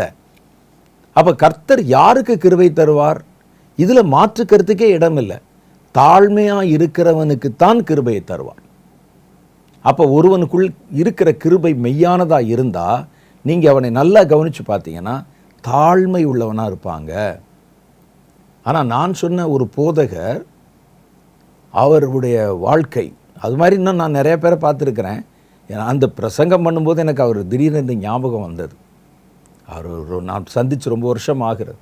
நான் பார்த்த அவருடைய காரியம், அவர் பேச்சில் ஒரு உயர்வு, தன்னை பெருமைப்படுத்தி தன்னை மகிமைப்படுத்தி யாரையும் மதிக்க மாட்டார். சர்க்காஸ்டிக்னு சொல்லுவோம் பாருங்கள், ஒரு குத்தி காட்டி பேசுவதில் நம்பர் 1, யாரையும் குத்தி காட்டி பேசுவதில் நம்பர் 1. அப்போ இந்த மாதிரி அடையாளங்கள் பார்க்கும்போது நமக்கே ஒரு மாதிரி சீன் இருக்கும். ஏன்னா என்ன செய்வது, வேறு வழி இல்லை. சபைக்கு அவர் தான் தலைவர், அவர் தான் பிஷப்பு, அவர் தான் பாஸ்டர், அவர் தான் நிறுவனர், அவ்வளோ பெரிய ஊழியம், அதில் அவ்வளோ பேருக்கு வேலைக்கு சம்பளம் கொடுக்குறாங்க, பல கார் இருக்குது, பிள்ளைகள் பார்த்திங்கன்னா டாம்பிகமாக இருக்கிறாங்க, அவருடைய சகோதரர் ஒருத்தர் இருக்கிறாரு, அவரும் அப்படி இருக்கிறாங்க, அவருடைய மனைவி அப்படி இருக்கிறாங்க, அவர்கள் எல்லாமே ஒரு மாதிரி பெருமையாக இருக்கிறாங்க. கேட்டால் கர்த்தருடைய கிருபை பார்த்தீங்களா, நாங்கள் ஒரு காலத்தில் எவ்வளவு இடத்துல இருந்தோம், இன்றைக்கி எவ்வளோ உயர்ந்திருக்கிறோம் அப்படின்னு அவங்க சொல்கிறாங்க. அப்படின்னா அவர்கள் கிருபை என்று ஏதோ ஒன்றை காட்டுகிறார்கள். இந்த தாழ்மை ஒருவனுக்குள் இல்லை என்றால் அவன் பெற்றிருக்கிற காரியம் தேவனால் உண்டான கிருபை அல்ல. ஏன்னா கர்த்தரை பொறுத்தளவில் அவர் யாருக்கு கிருபை கொடுப்பார்? தாழ்மை உள்ளவர்களுக்கோ தேவன் கிருபை அளிக்கிறார். யாக்கோபு 4வது அதிகாரம் 6வது வசனம் சொல்லுது பாருங்க, அவர் அதிகமான கிருபை அளிக்கிறாரே, ஆதலால் தேவன் பெருமையுள்ளவர்களுக்கு எதிர்த்து நிற்கிறார், தாழ்மையுள்ளவர்களுக்கோ கிருபை அளிக்கிறார் என்று சொல்லி இருக்கிறதே என்று சொல்றார். அப்போ இது எவ்வளோ முக்கியமானது பார்த்தீங்களா? அப்போ ஒரு ஆள் எவ்வளோ கிருபை இருந்தாலும் அவர் காட்டுற பணத்தை வச்சு காசை வச்சல்ல, அவருக்குள்ளே சத்தியம் இருக்குதா, அவருக்குள்ளே அன்பு இருக்குதா, அவருக்குள்ளே தாழ்மை இருக்குதா என்பதை நம்ம கவனிக்கணும். அந்த கிருபை தேவனால் உண்டான மெய்யான கிருபை. தாழ்மை இல்லை, சத்தியம் இல்லை, நேர்மை இல்லை, அன்பு இல்லை, யார் மேலே அன்பு இல்லை. ஆனால் அவர் கிருபை என்று வேறு ஒன்றை காட்டுகிறார். அப்படியானால் அது கிருபை என்று பேரில் இருந்தாலும் அது உண்மையான தேவன் சொல்லுகிற வேதம் அங்கீகரிக்கிற கிருபை அல்ல. அப்படின்னு அது எதுவாக இருக்கும்? அதுதான் பொய்யான கிருபை. இந்த பொய்யான கிருபைக்கும் பொய்யாய் கிருபையை பெற்றிருக்கிறவர்களாய் தங்களை காண்பித்துக் கொள்ளுகிறவர்களுக்கும் கர்த்தர் உங்களை விலக்கி காப்பாராக. கண்களை மூடி ஒரு சின்ன ஜெபம் பண்ணுவோமா? தேவனிடத்திலிருந்து நாம் பெற்றுக்கொண்ட கிருபை மெய்யானதாக இருந்தால் நீங்கள் சத்தியத்திலே நிலைச்சிருப்பீங்க. தேவனிடத்திலிருந்து பெற்றுக்கொண்ட உண்மையான கிருபை இருந்தால் நீங்கள் அன்புள்ளவர்களாக இருப்பீர்கள். நீங்கள் பெற்றிருப்பது தேவனுடைய கிருபைதான் என்றால் நீங்கள் கண்டிப்பாக தாழ்மையுள்ளவர்களாக இருப்பீங்க.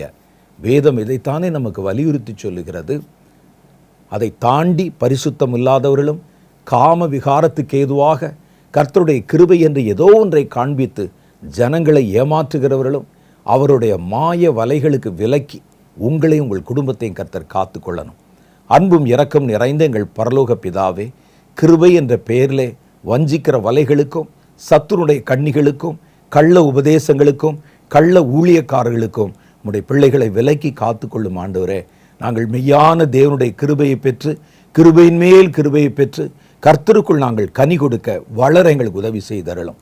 தேவனுடைய கரங்களில் இந்த குடும்பங்களை நான் தாழ்த்தி ஒப்பு கொடுக்கிறேன். கர்த்தருடைய கிருபை அவர்களை தாங்கட்டும். அவர்கள் எந்த விதமான தீமையிலும் அகப்பட்டு விடாதபடி கர்த்தர் அவர்களை பலமான தம்முடைய செட்டையின் மறைவிலை வைத்து மூடிக்கொள்ளும்படிக்காக நான் அழைக்கிறேன். இந்த வாரத்தை நன்மையினால் நிரப்பியறலும், உம்முடைய பிள்ளைகளின் தேவைகளை சந்தித்தரலும், அவருடைய போக்கையும் வரத்தையும் ஆசீர்வதித்தரலும், குடும்பத்தில் இருக்கிற ஒவ்வொருவரையும் கர்த்தர் ஆண்டவரே பேர் பேராய் ஆசீர்வதித்தரலும். வியாதிப்பட்டவர்களை கர்த்தர் சுகத்தை கொடுத்து அவருடைய பலவீனங்களில் புதிய பலனை விளங்க பண்ணியறலும். அவருடைய பொருளாதாரத்தை ஆசீர்வதித்தரலும், தேவைகளெல்லாம் சந்தித்தரலும். கர்த்தருடைய ஊழியக்காரனாகிய நான் இந்த வார்த்தைகளை கேட்ட ஒவ்வொருவருக்காக மன்றாடுகிறேன். இயேசுவின் மூலம் என் ஜெபத்தை ஏற்றுக்கொள்ளும் பிதாவே, ஆமென். கர்த்தர் இந்த நாளில் நம்மோடு பேசினார். மெய்யான தேவனுடைய கிருபையும் பொய்யாய் கிருபை என்று பெயர் பெற்றிருக்கிறவைகளையும் கர்த்தர் அடையாளப்படுத்தினார். கர்த்தராகிய தேவன் பொய்யான மாய வலைகளுக்கும் மாய கிருபைகளுக்கும் விலக்கி நம்மை மெய்யான கிருபையில் ஆண்டு கொள்வாராக. அடுத்த வாரம் வேறொரு புதிய செய்தியோடு உங்களை சந்திக்கிறேன். அதுவரை கர்த்தர் உங்களை ஆசீர்வதித்து காப்பாராக. ஆமென்.